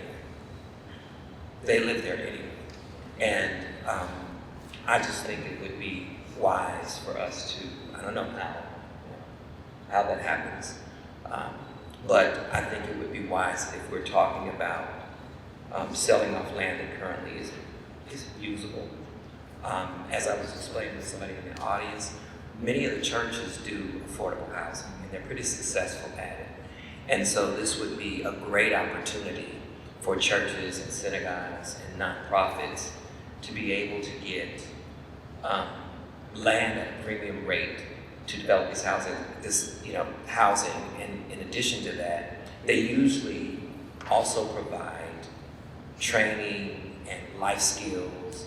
There's a lot of other things that come with the housing that they provide. So just wanted to kind of throw that out there because it just, I mean, it's a great idea, but I'm just concerned. You know, wealthy elites find a way to grab a hold to premium land and opportunities. And I just think that, I don't know, maybe we could put some kind of preamble, I don't know, something in here that suggests what our feelings are. Maybe it's the rationale at the beginning of it, to just underscore that even though maybe we can't, it's not something that we can do it practically, as you were saying, Justin, but I think it's important that it is understood that this is where we think we could make the most significant impact. Is there any further discussion? All right, seeing none, I'm going to call a vote on this item as amended. Commissioner Andrades? Yes. Commissioner Field is absent. Commissioner Fuentes? Yes, and I didn't raise my hand quick enough, but I did have I apologize, I didn't have comment. to. Yeah, No, sorry. we can, That's let's go back. I just wanted to Yes. Acknowledge Commissioner Thomas's comments because it's really important, and I wanted to reference something that passed in the California State Legislature. It was the Affordable Housing on Faith Lands Act. So I think if we could maybe reference it in the same way we referenced the Surplus Land Act, that could be helpful there. I'm not taking that as a friendly amendment. I think that's digging too much in the weeds. I understand your concerns and your comments. Thank you. But it does exist, and hopefully it'll be applicable in this context as well, even though it's not included in the motion. Can you ask why would you? We've already dug too much into the weeds. I understand your concerns. I agree with you. But this is the motion we put forward. So this is much more moving forward. All right. Commissioner Thomas. But I would like to make that motion. So That's not friendly. friendly. Okay. Even though can you restate the just the language? Yes. Okay, so specifically for, and I'm gonna pull the number up. Okay, for section D, transferred to purposes other than recreation and park purposes. Underneath D, oh wait, sorry, it would be E. Yeah, land not viable under E. This would be relevant to item number 3. The transfer is compliant with the California Surplus Land Act, and I think that's not the spirit of this particular law. I think the problem is, Commissioner, is we don't even know what the law that you're referencing says and whether or not it actually has to do with this. So I would entertain this. If you would like to make changes, that you make a motion to table this to a future item, because it seems like you would need to get language and city attorney and council would need to review. I mean, there are 100 different things that surplus land can be used. It could be used as a water resource. It could be used as a solar panel. It can be used for a lot of different things. I understand, of course, we have a unhoused issue in the city, but there are 100 different things that that land can be used for. So I don't want to limit it to places for that, because it could be a rock formation or something, or maybe a little small parcel. So I think that language is a little bit too specific. And I don't think that's the spirit, even though I understand your concerns, I don't think that's the spirit of what this charter amendment is trying to accomplish. But I think we do have a housing crisis. We know we have a housing crisis. This has to do with parkland. Like I just said, there are 100 different It can be used as a water park, it can be used as a rainforest, it water can be used as park. a teaching thing. I don't hear think it should be in this motion. I'm not accepting any friendly amendments. I don't want to table this. I'd like to move forward with the motion, but anybody can make any motion they want to. I'd like to move forward with this. Well, we do, just one second, okay. We do have a motion to approve as seconded. However, if there is a motion to table, that would supersede it. So I want to see if that's what commissioners want to do. Do they want, is there a commissioner that wants to make a motion to table? Well, I want to say something before I make the motion, or decide whether I want to make the motion. There may be 100 things that this can be used for.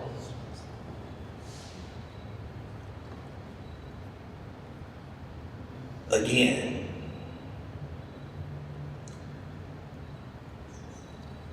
there is a park in Van Nuys. I think it's, I don't know what the name of the park is. And half of the park,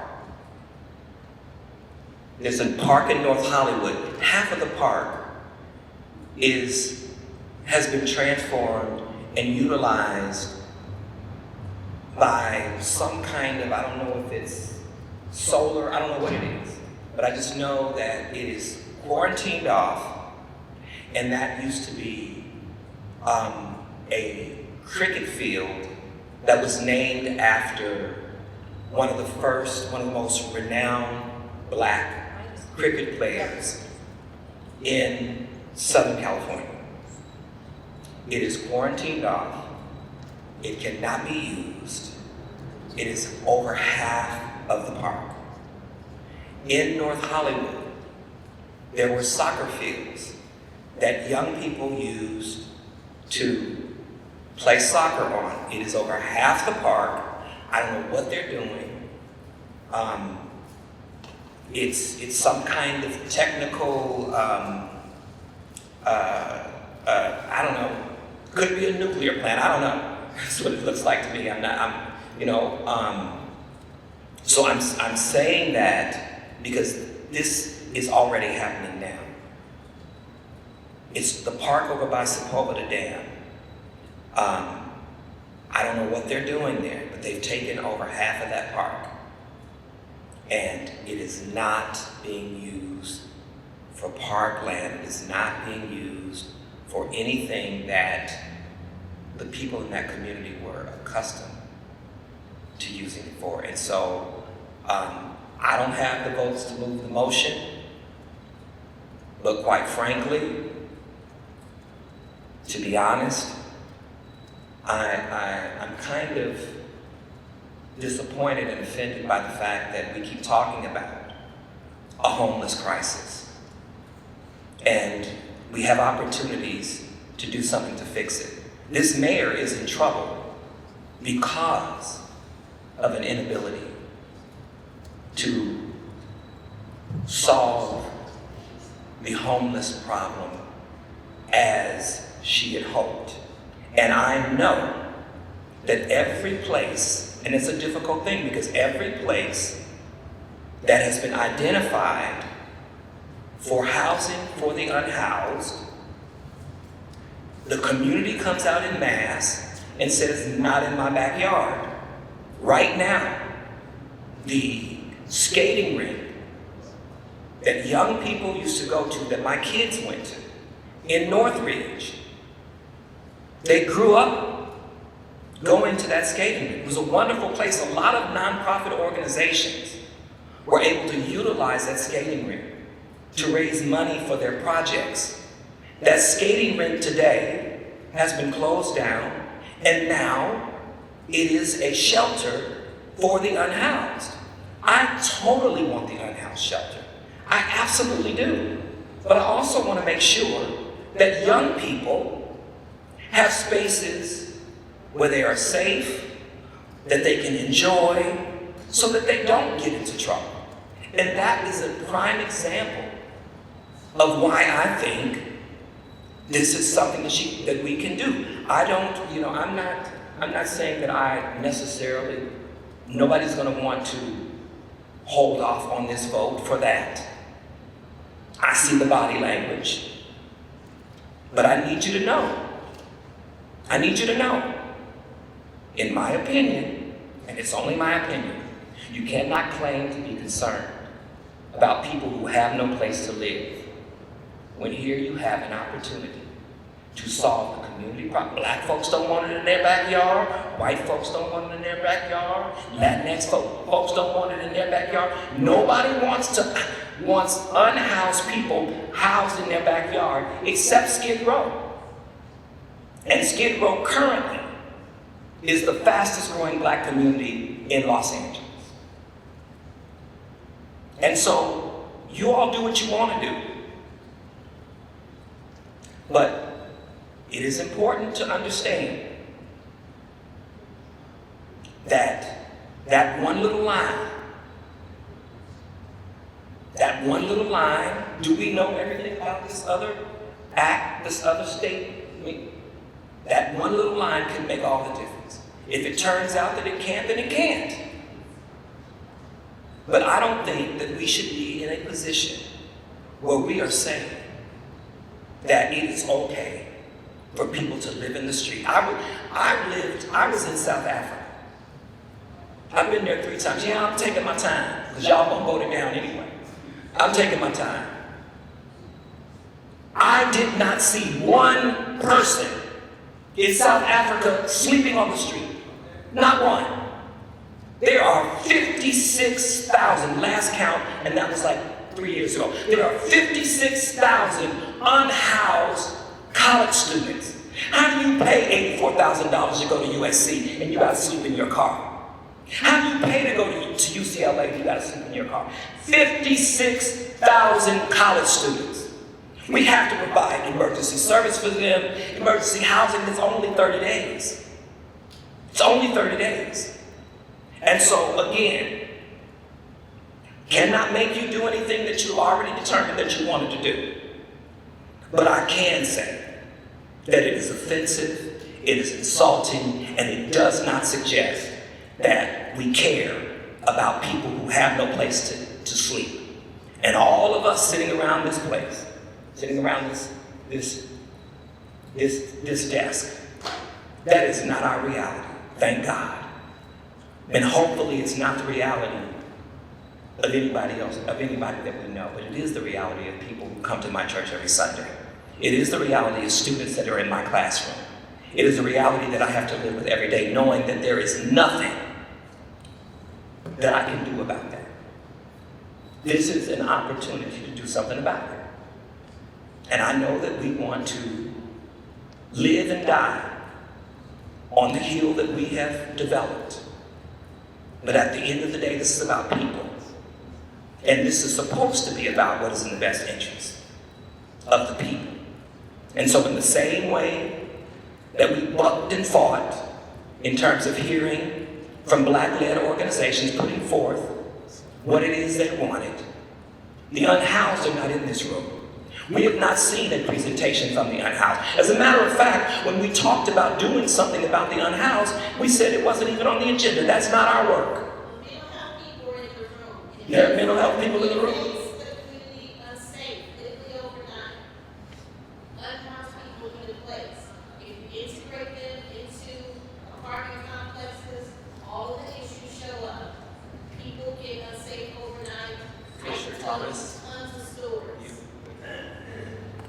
Commissioner Morrison.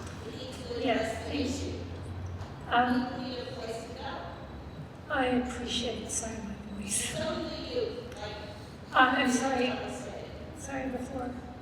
Appreciate the work that you all have put into this. And the way I read this, actually, and so clarify this, if this is not the case, is that there is nothing that prevents surplus parkland from being used for housing.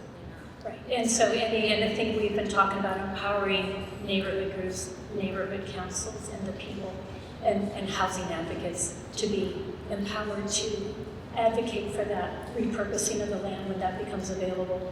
So I support the motion as you have proposed it, and I don't think it does anything to preclude the use of this property for housing with the people. But something is precluding the unhoused.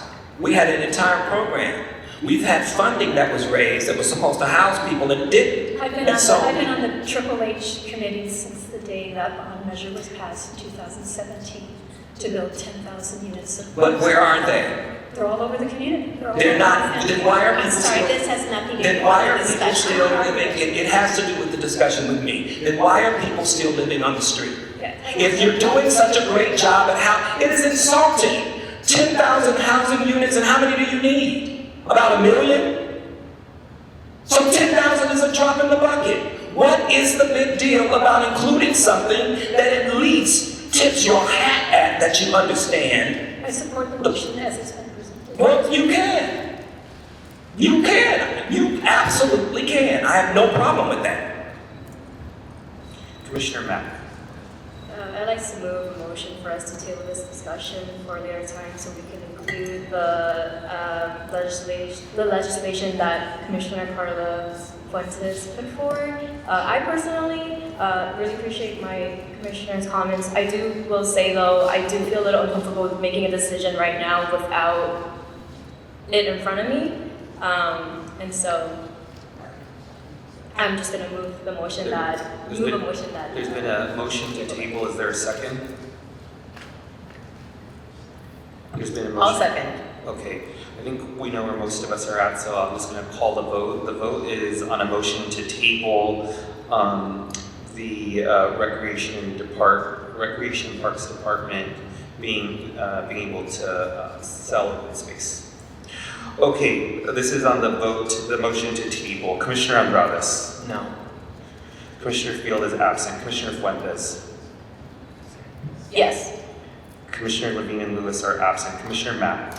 Yes. Commissioner Mesa votes no. Commissioner Morrison. No. Commissioner Murray. No. Commissioner Sanchez. No. Commissioner Stein. No. Commissioner Thomas. Yes. Motion fails. All right, we're going to go to a vote on the motion. There were friendly amendments. The motion as amended to allow land owned by the Recreation and Parks Department that is not being used as park or open space to be sold or transferred. All right, this vote is on the motion.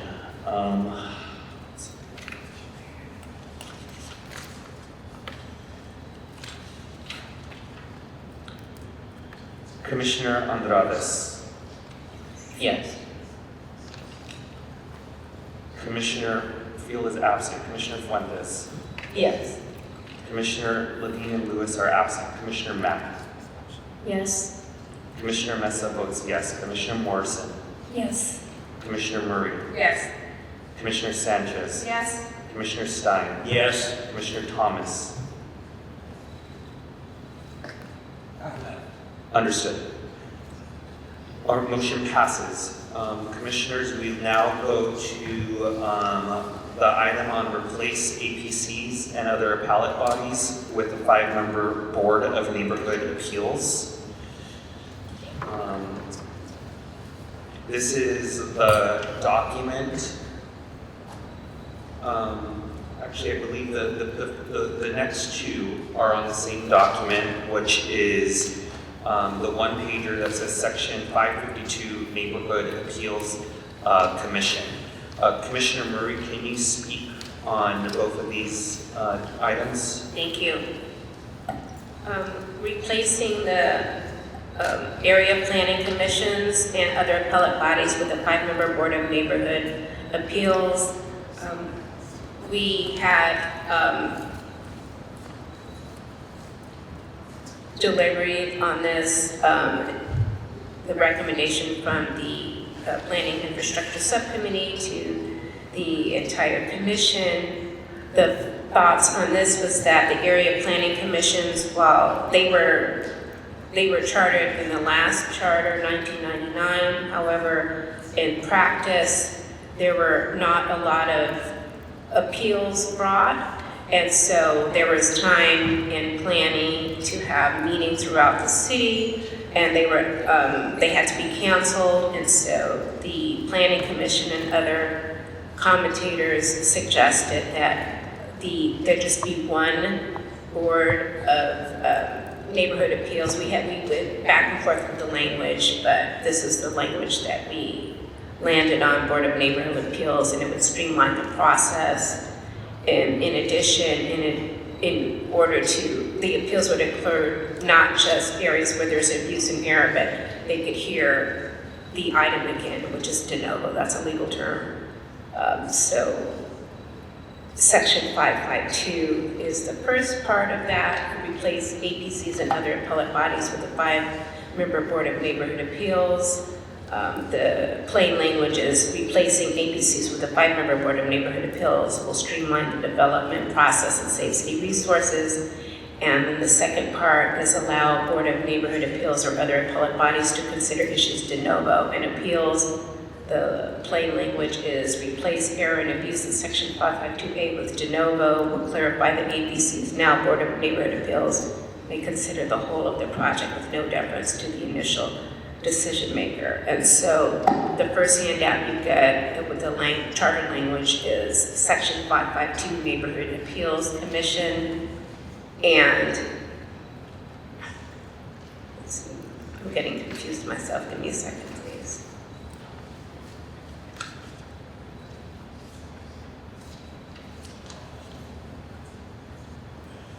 Is that including everything? I'm sorry. Next. One pager on pipe. Thank you, Commissioner Mesa. So the language includes both of those issues, Section 552 Neighborhood Appeals Commission with the charter language, and I am asking for the motion to approve this language. I second. Discussion? Commissioner Morrison. First of all, I think it sounds like a terrific consolidation of the area planning. It's such a good example of something the first charter reform did not work as well as planned. So I think that was wise to make it more streamlined and efficient. I'm just curious what this means in the second one where it says now this Board of Neighborhood Appeals can consider the whole of the project with no deference to its initial decision maker. Who was the initial decision maker? It is the, that's good, I mean. Max. It would be the zoning administrator. Yeah, okay. Thank you. And so they end up being the last voice on this. Well, Is it could be appealed to the city planning City commission. Planning Commission. Yeah. Okay. All right, thank you, just clarifying the process. Thank you. Any further discussion on this item?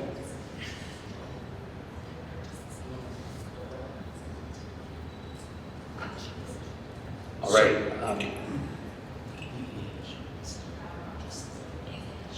If there's no discussion, I'll call a vote. I know Commissioner Fuentes stepped out, but we do have a quorum, and I think it'll be fine.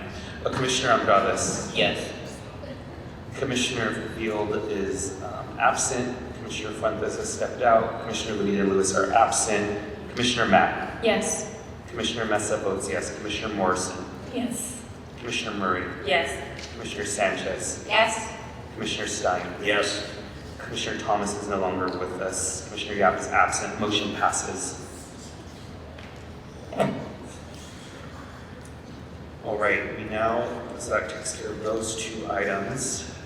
We now move on to 245. Don't we have one on? Yes. We do after, but 245 That's first. next. Yes, I thought it was you. I'm sorry. It's okay. Commissioner Murray, I'll hand it over to you for 245. Thank you, Mayor. Just a moment. Yeah, no problem. There's a lot of paper. Commissioners, this is the one that says it's stapled as well. It says 245 City Council veto of board actions. Give everyone a minute.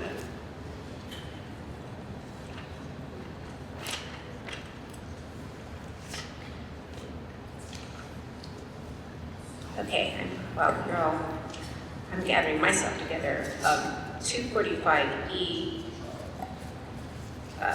is the authority of the City Council to veto Planning Commission items. It is a power that is not used particularly often, but it is a very serious power. And based upon public commentary. People wanted to have limits on that, including the City Planning Commission. The Planning Infrastructure Committee voted to keep the power, but have some leeway from the community. So we proposed language that would, the City Council would have ultimate authority, but once there was a veto, again, it's not used very often, but it has caused some issues, and one of the reasons that we're all here today is because there had been an abuse of power by City Council members. So we wanted to have some checks and balances on that. And so there would be a process that's laid forward here where items can go back with discretion to the Planning Commission for tweaking, for lack of a better legal term. We worked very hard on this language, and I want to draw your attention specifically to section 245E on the second page, where we lay out provisions and the process to have there be some oversight into the City Council decisions. So with that, I'd like to move to approve this item. I'll second that. Great. Motion by Commissioner Murray, second by Commissioner Sanchez. I want to thank the committee members and the full commission, because I think the full commission gave the committee members some feedback on this, which the committee members considered and found a compromise on, so really appreciate that. Commissioner Andrades. I have a quick question. When it says presented to City Council in the amendment, does presentation practically mean like they transmit it to City Council, or does City Council have to have it? Yes, on that's agenda? the Okay, legal thank you. language. Any other discussion on 245? So since 245E was an issue of concern, I thought you were gone, Commissioner. Are you back? Are you now participating? Just I'm trying to go to heaven, clarification. Commissioner. I'm trying to go to heaven, Commissioner Murray. It's lit, so please. I was just wondering. You can wonder whatever you want. I'm trying to go to heaven, so let me go to heaven, please. Please. Go to heaven? Yeah, that's what I said. Let me go to heaven. It's lit. Let me go to heaven. Commissioner Thomas. Thank you.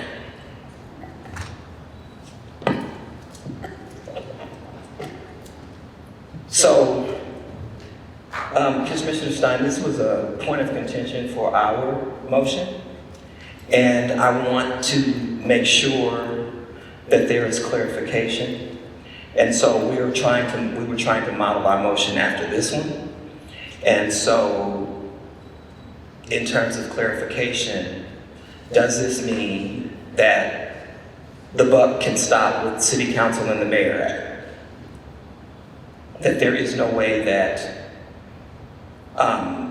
the Planning Commission can resurrect the override?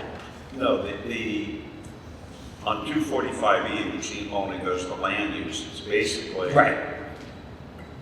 The commission makes a decision. Council invokes their powers under 245E and overrules the commission, but they're now required to send it back to the commission for one more shot. The commission can affirm council or disagree and send it back, but at that point it's dead. That's the only time that 245E goes back to the commission. I think what you were referencing, that you and I were talking about on the police report. Right. Is there a way to bring a motion similar to 245E that doesn't apply the land use, but we'll just make it up and call it 245C, that applies to the police commission, that it will come back to council? That I thought we were going to get an answer, hopefully from the city. That is what we instructed in the language that was approved. Yes. Okay, and so I just wanted to make sure, because there was concern that there is not precedent for that currently. Yes. And so that there would need that, so we were talking about, the community was talking about revisiting 10, the recommendation for motion 10. And so just trying to get clarification on that since this is being brought up. I thought this would be a good time to kind of clarify that. I thought it had to be something important to bring you back. No, but there's something else that brought me back. Commissioner Thomas, you know, absolutely appreciate you raising that, and we'll make sure that, I'm sure we will all keep an eye out on the specific charter language related to police reform to make sure it follows the intent of what we were trying to accomplish. Okay, seeing no other discussion, I'm going to take a vote on our recommendations on section 245E. Commissioner Andrades. Yes. Commissioner Fuentes. Yeah. Yes. Commissioners Levine and Lewis are absent. Commissioner Mack. Yes. Commissioner Mesa votes yes. Commissioner Morrison. Yes. Commissioner Murray. Yes. Commissioner Sanchez. Yes. Commissioner Stein. Yes. Commissioner Thomas. Yes. Commissioner Yap is absent. Motion passes. We now move on to our charter section on the FAR limit 104E.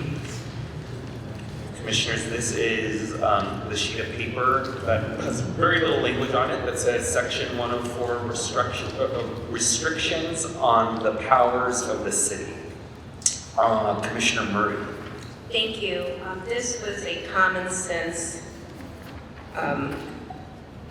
item that the Planning Commission and all of the community partners suggested was restrictive because it's in the charter, but it is a land use issue, and based upon the changing of the city of Los Angeles and the need for new housing, they felt that having a set restriction was restricting. So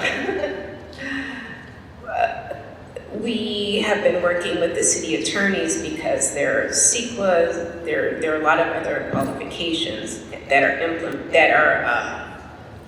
not implied, that are implicated, sorry. So we could not completely remove the ratio, but we're trying to get some common sense language, and there's still, I don't know if the analysis is completely finished. So the analysis is completely finished. So referring you to the language that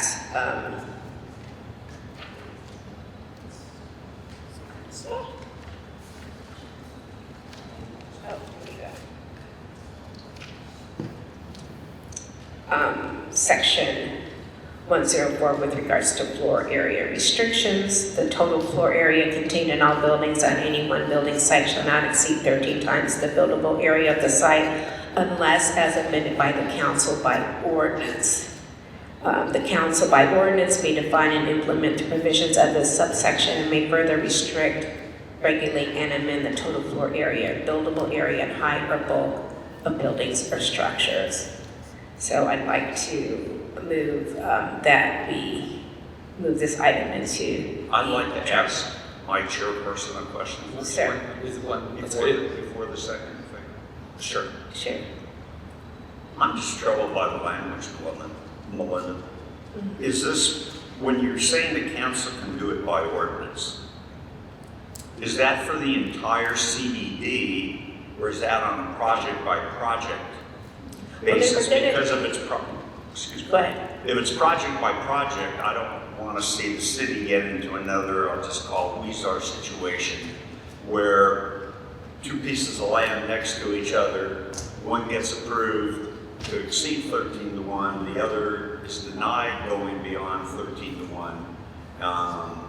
And I'm not sure that the language, the way we've written it, eliminates the problem that I'm bringing forward. I'm all for exceeding 13 to 1. That's not a question. It's how we write it. I think, again, most of the presentations wanted to get rid of it altogether, but because of CEQA, because of other land use ordinances, they couldn't completely, it just wasn't workable. It wouldn't be, they couldn't get rid of it altogether. So this is the best alternative? If I can have Max suggest this. Yeah, so right now, it could ultimately, by council, by ordinance, could get rid of it altogether after a secret project. This would allow that to happen. Now, it is still up to council at that point to do it, hopefully not by project, but it gives them the leeway to do it overall. Just because of CEQA, they can't Yeah, get so rid of this it is the altogether. That allows them to do it either way. I hear what you're saying. And I appreciate that, Mr. Executive Director. I'm just wondering though, if there's a way to tighten it down more so that when they say case by case, you could say case by case is the central business district on one hand versus Warner Center or Century City on the other. But I can't really support it, even though I'm all for exceeding 13.1. I can't support it the way it is, where, as I said previously, two pieces of property side by side, one gets approval, the other doesn't get approval. It just opens ourselves up to one of the real issues that we've talked about throughout this. What do we do if there's a council person that doesn't abide by rules, for lack of a better term? Hold on just a second. Yeah, We're conferring with the city consultant. attorney. Yeah, with city attorney and planning. So let's just get them in.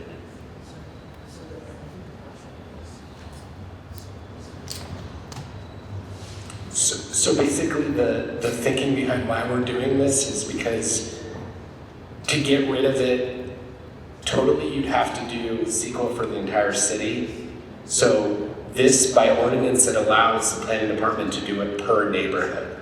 And the idea behind that is like essentially there's only a few neighborhoods in the city right now where you can build really tall buildings. And so, going through the process of changing to having to do CEQA for the whole city didn't make a lot of sense. So the planning department can basically do this if they feel there's a need to allow for taller buildings in, Century City or downtown, for example. I know Carrie had her hand up. Could I follow up with one question? Yes. Can we do it to say that council can do it by ordinance for areas of the city and use, excuse me, the example of it can be done for the CBD, it can be done for Warner Center, it can be done for Century City, it can be done in Wilshire, rather than just saying it's by ordinance, because by ordinance, every planning case of something like this actually becomes an ordinance. And so therefore, one reading of this is if you're doing it by ordinance, Ed Stein goes out and buys a piece of property in the CBD and gets council to go along to allow me to exceed 13-1. I'd be much more comfortable if you set it by ordinance for a specific area. When I was on the planning commission, Cal Hamilton used to call it the centers concept. And with the centers concept, we had centers where we encouraged growth, and we had other areas where we weren't encouraging that amount of high growth. I don't necessarily want to tag it back to saying per the centers concept, because that was way back in 1988 when I was on the commission, and Cal Hamilton had already talked about it years and years before that. But this, to me, just sets it up for the potential of scandal. I won't say for scandal, but the potential of scandal. Commissioner Morrison, before you respond. I'm sorry. No, I'm so glad we're talking about this, because what was jumping out at me is, why is this in the charter, right? The flow. Well, we're trying to. No, I know, Yeah. so you explained that. So, given, so I'm curious if, as you were exploring this with the staff and the city attorney, is there any, the CEQA thing is interesting to me, it makes sense. Would there be any ability to say something like, subject to the ability to address the CEQA provision for the city? Because to Commissioner Thomas's point, we need to densify construction. Which is why the recommendation was to get rid of it, but again, there's other collateral issues, which I think we're trying to Would we say that also if that collateral issue could be solved, then it goes away? So you said that the whole city would have to be under CEQA analysis to amend the Florida ratio or take it away. Commissioners, this is what I'm gonna recommend. This one, I mean, everyone wants to vote to get FAR out of the charter so that council can, so we can build more where it makes sense to build more. I think their concerns are valid for how this has been tied to some corruption in the past. I would ask for this one that we just do table it. They know the intent. I want them to come back with some language that addresses it. I know when it will come back, it will pass. I do want to get the language right, and I think this could require some work, but I don't want to wordsmith it here. Let the attorneys and planning and staff just come back in a few days. And again, taking into Commissioner Stein's concerns about the different areas, and maybe even, I don't know if putting CEQA in the language is helpful or not. No, we're going to take a recommendation that I don't want to wordsmith here. Okay, exactly. Thank you. So, is there any objection to tabling this? Or could I don't think it was seconded. Could I withdraw it? You could withdraw. Yeah, absolutely. All right, thank you. Okay, so we're gonna withdraw this, but I would like to still make the motion to table this item to a future agenda. Is there any objection? All right, seeing none, there's no objection. No, we're done with this item. So staff will consult with the attorneys and present new language. Do you need a second for that? Well, there was no objection, so it was unanimous consent, but thank you. On this one, commissioners, we do need to approve the explanation of charter amendments. So I'm gonna move that we do all of them with the exception of the last one, the FAR limit, since that's gonna come back to us. And then staff gave me a change in the allowed Board of Neighborhood Appeals description.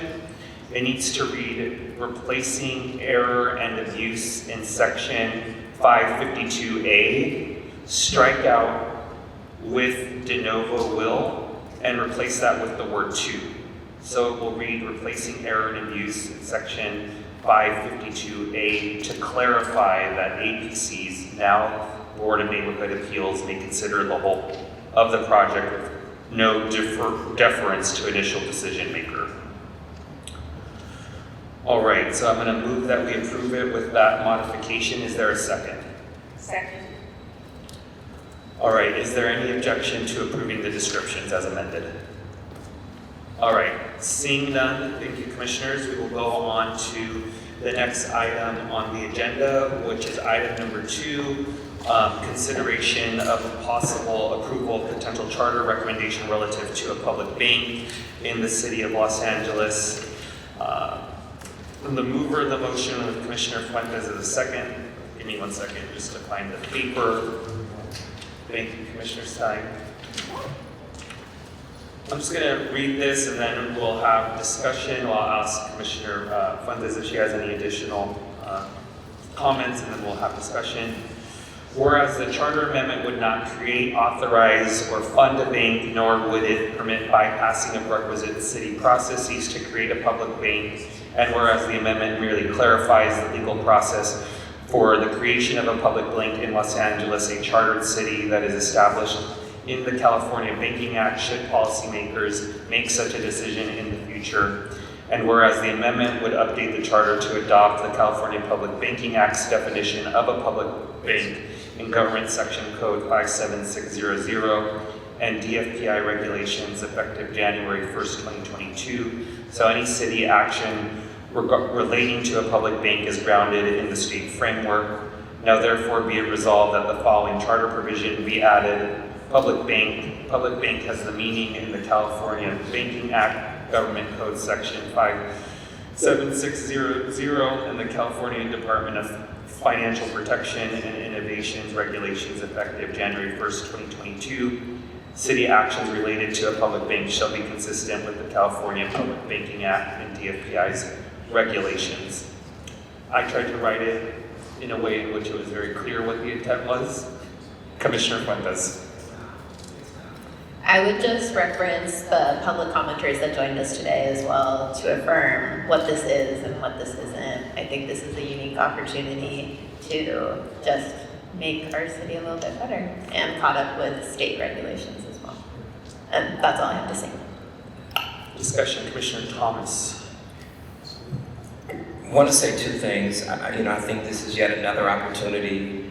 I know that it's not saying exactly what the public bank is, but I hope that the philosophy of the public bank would include making sure that when money is available, that nonprofits, churches, and people who have the best interests of the most vulnerable in this city have access to opportunities to build what is needed in this city. I know that currently, in terms of in the world of economic and community development, and I've talked to you about this, Commissioner Stein, and you did say that this was not your situation, but it is important to note that when Jesse Jackson said, and may he rest in heaven, when Jesse Jackson told us about corporate welfare, he was serious. Most of this money and most of the opportunity that is put in the hands of elected officials end up going to people who squeeze out the most vulnerable, who provide no space for the most vulnerable. And so, if this is going to be aligned with state law, that is great. But what is true is there is a funding issue and a housing issue for the most vulnerable throughout the state of California. And so, because my colleague and my colleagues have put forth this motion, I'm prepared to vote in favor of it. But I will say that I think the discussion that we had a few minutes ago was going deep in the weeds. It just seems as if there are some things that we're willing to go deep in and be very detailed about, and then there are other things that are not. And it just seems to me that the things that we're not willing to go in the weeds for just happen to be things that impact the most vulnerable people in this city. And so we spend a lot of time talking about corruption. And if corruption is to occur, typically it is around development. And while I'm going to vote in favor of this motion, I think it's important that we just highlight the fact that we have had ample opportunities to be advocates for people, for the group of folks who, and as someone said, if there are some mental health and unhoused go hand in hand. But there is an organization called LA Can who refused to contribute in any way to what they said, and I quote, a sham, to act as if folks want to hear from them. And I think you need to know too that the unhoused community, i.e. LA Can, is not unwilling to continue this fight. So even though we may not be sitting around this desk, we may find ourselves standing in front of another one. And so I think that it is important for us to take a look at who was not here, who did not speak. And the only time mental health was brought up, if it wasn't brought up by our clinician who's here, it was what was brought up by city council. A city council member who said that she doesn't like public comment because they scream at her and they're crazy. That is a quote. And so I'm inclined to believe that that's how we feel too. And so, Chair Basin, this is not against your motion. Just so you know, I'm going to vote in favor of your motion. I'm going to vote in favor of your motion. Roll your eyes. I love you though. You're a beautiful black woman. I love you. I'm Commissioner Stein and Morrison in the queue. So if you could just help me understand this a little bit. And I also appreciate the memo that was given to us today by Andre Delay, who's still in the room. Thank you. So is it required to have in the city charter the ability to create this public bank? Does it have to be in the city charter for the city to do that? There has been discrepancies on the way that the charter can be interpreted, where referencing state law would be helpful. Okay. So in other words, it gives the ability for the city, if it wants to in the future, the ability to do this, and it would follow state law, which seems obvious. Why wouldn't we, right? Correct. Okay. So it's a permissive statement for the future if the city wants to do this. Correct. Commissioner Stein. I may be the naysayer on this, but I first want to congratulate Commissioner Mesa and Commissioner Fuentes for narrowing the motion so that it's not the creation of a bank at this point, but it's theoretically putting into the charter the requirements that are needed. Why I become the naysayer of it is, we have a city that can't manage its own budget. You tell me how they're going to manage a bank. And I have nothing further. That's my whole comment. Commissioner Stein, I will say, I will say that I am trying to be consistent with, like you said, not mandating things in the charter like a public bank. As has been expressed in public comment, it would not actually be the city that would be the management of the bank. That is for city policymakers to figure out if they ever so choose to figure out. This is just giving them the avenue. Voters don't get to weigh in on. All right, is there any further discussion? Important distinction. All right, seeing none, then I will call a vote on this motion. Commissioner Andrades. Yes. Commissioner Field is absent. Commissioner Fuentes. Yes. Commissioners Levine and Lewis are absent. Commissioner Mack. Yes. Commissioner Mesa votes yes. Commissioner Morrison. No. Commissioner Murray. Yes. Commissioner Sanchez. Yes. Commissioner Stein. No. Commissioner Thomas. Yes. Motion passes. Thank you, Commissioners. We now go on to item number 3, consideration and possible approval of a potential charter recommendation relative to strengthening language access to residents of the City of Los Angeles. Commissioner Mack. Thank you, Chair Meza. I'm going to reserve my right to make a motion on this agenda item before I read the motion that I have on the table, and you guys all have a printed copy in front of you. I just wanted to start by saying thank you to all of the Asian and Pacific Islander community leaders that we met with recently. 6 of our commissioners were able to meet with API nonprofit leaders.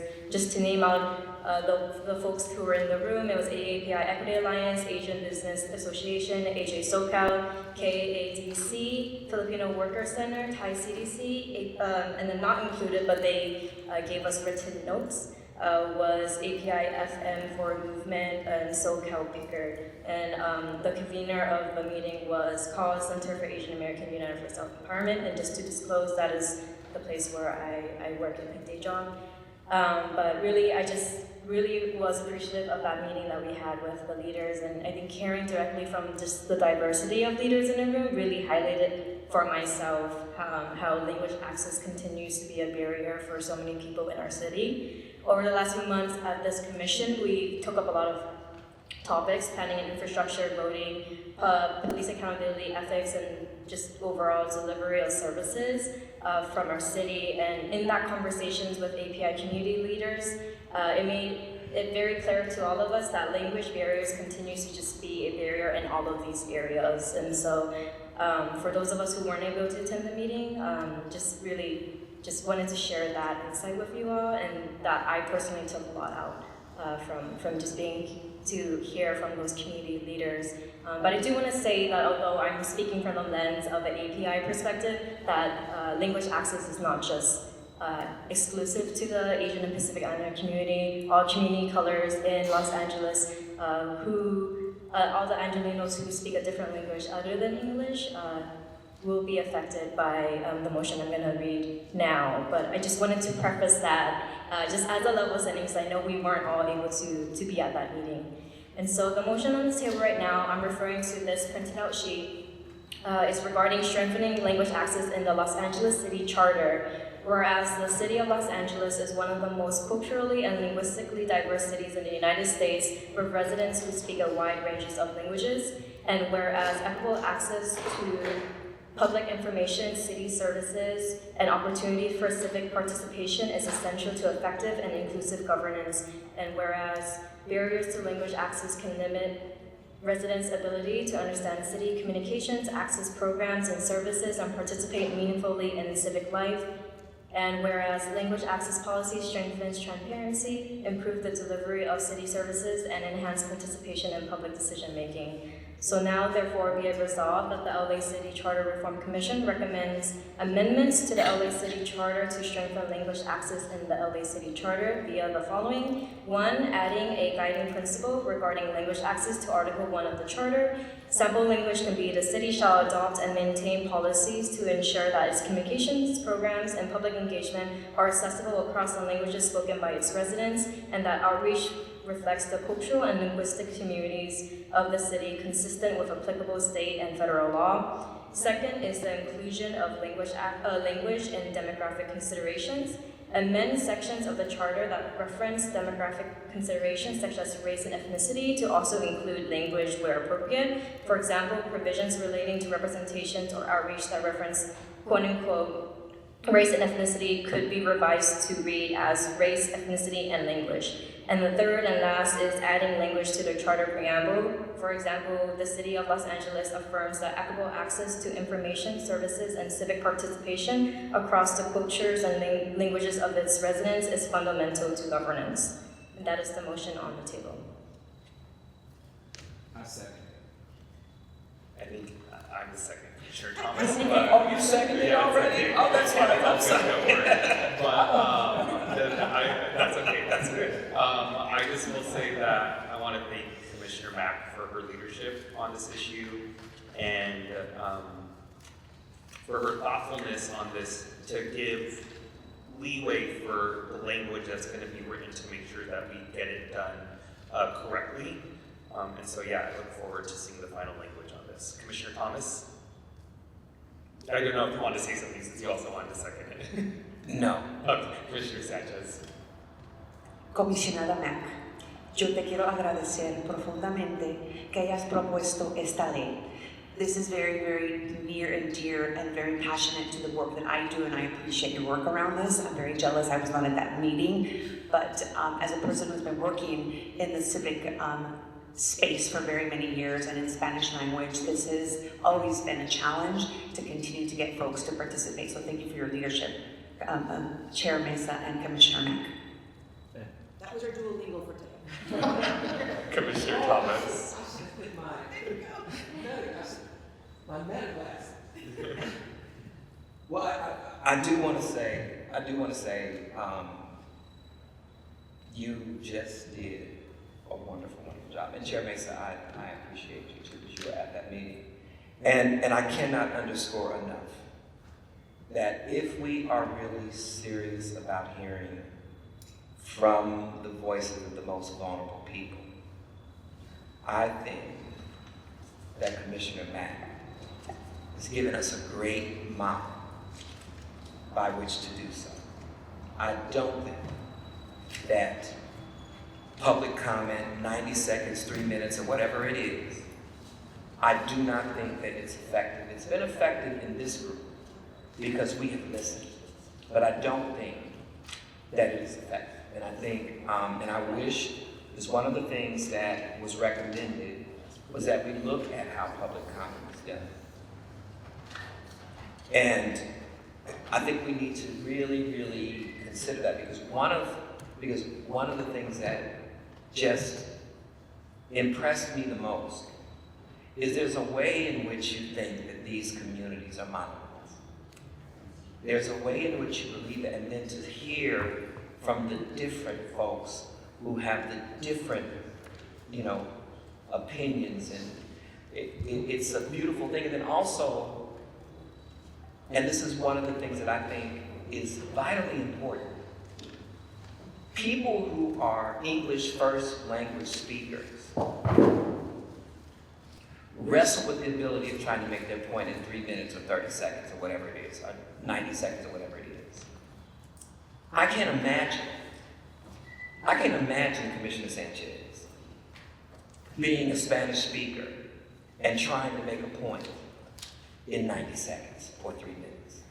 I just don't see it as being possible. And so I think this is a step in the right direction, and I thank you, Commissioner Mack, for your leadership. I think smart women like you have the capacity to save the world. And so I encourage you to not let this be your last road, that you would truly consider pursuing public life. I know this ain't got nothing to do with the motion or whatever, but this is what I got to say. That you would truly consider a career in public life. And should you decide to do that, please call me, because I got your back all the way.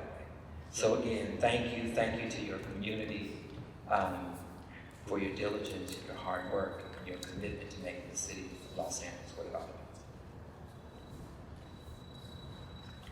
All right, seeing no further discussion, I'll call a vote on this item, consideration and possible approval of a potential charter recommendation relative to strengthening language access to residents of the city of Los Angeles. Commissioner Andrades. Yes.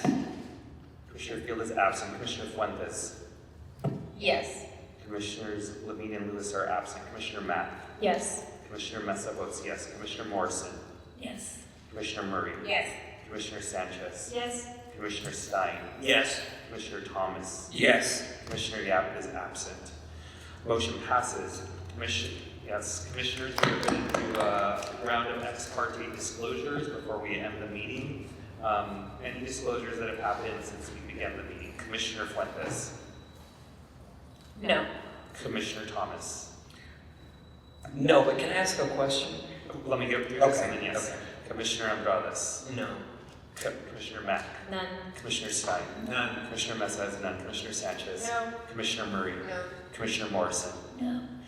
Commissioner Thomas. Yes, so my question is, I feel the need to talk to City Council and the Mayor.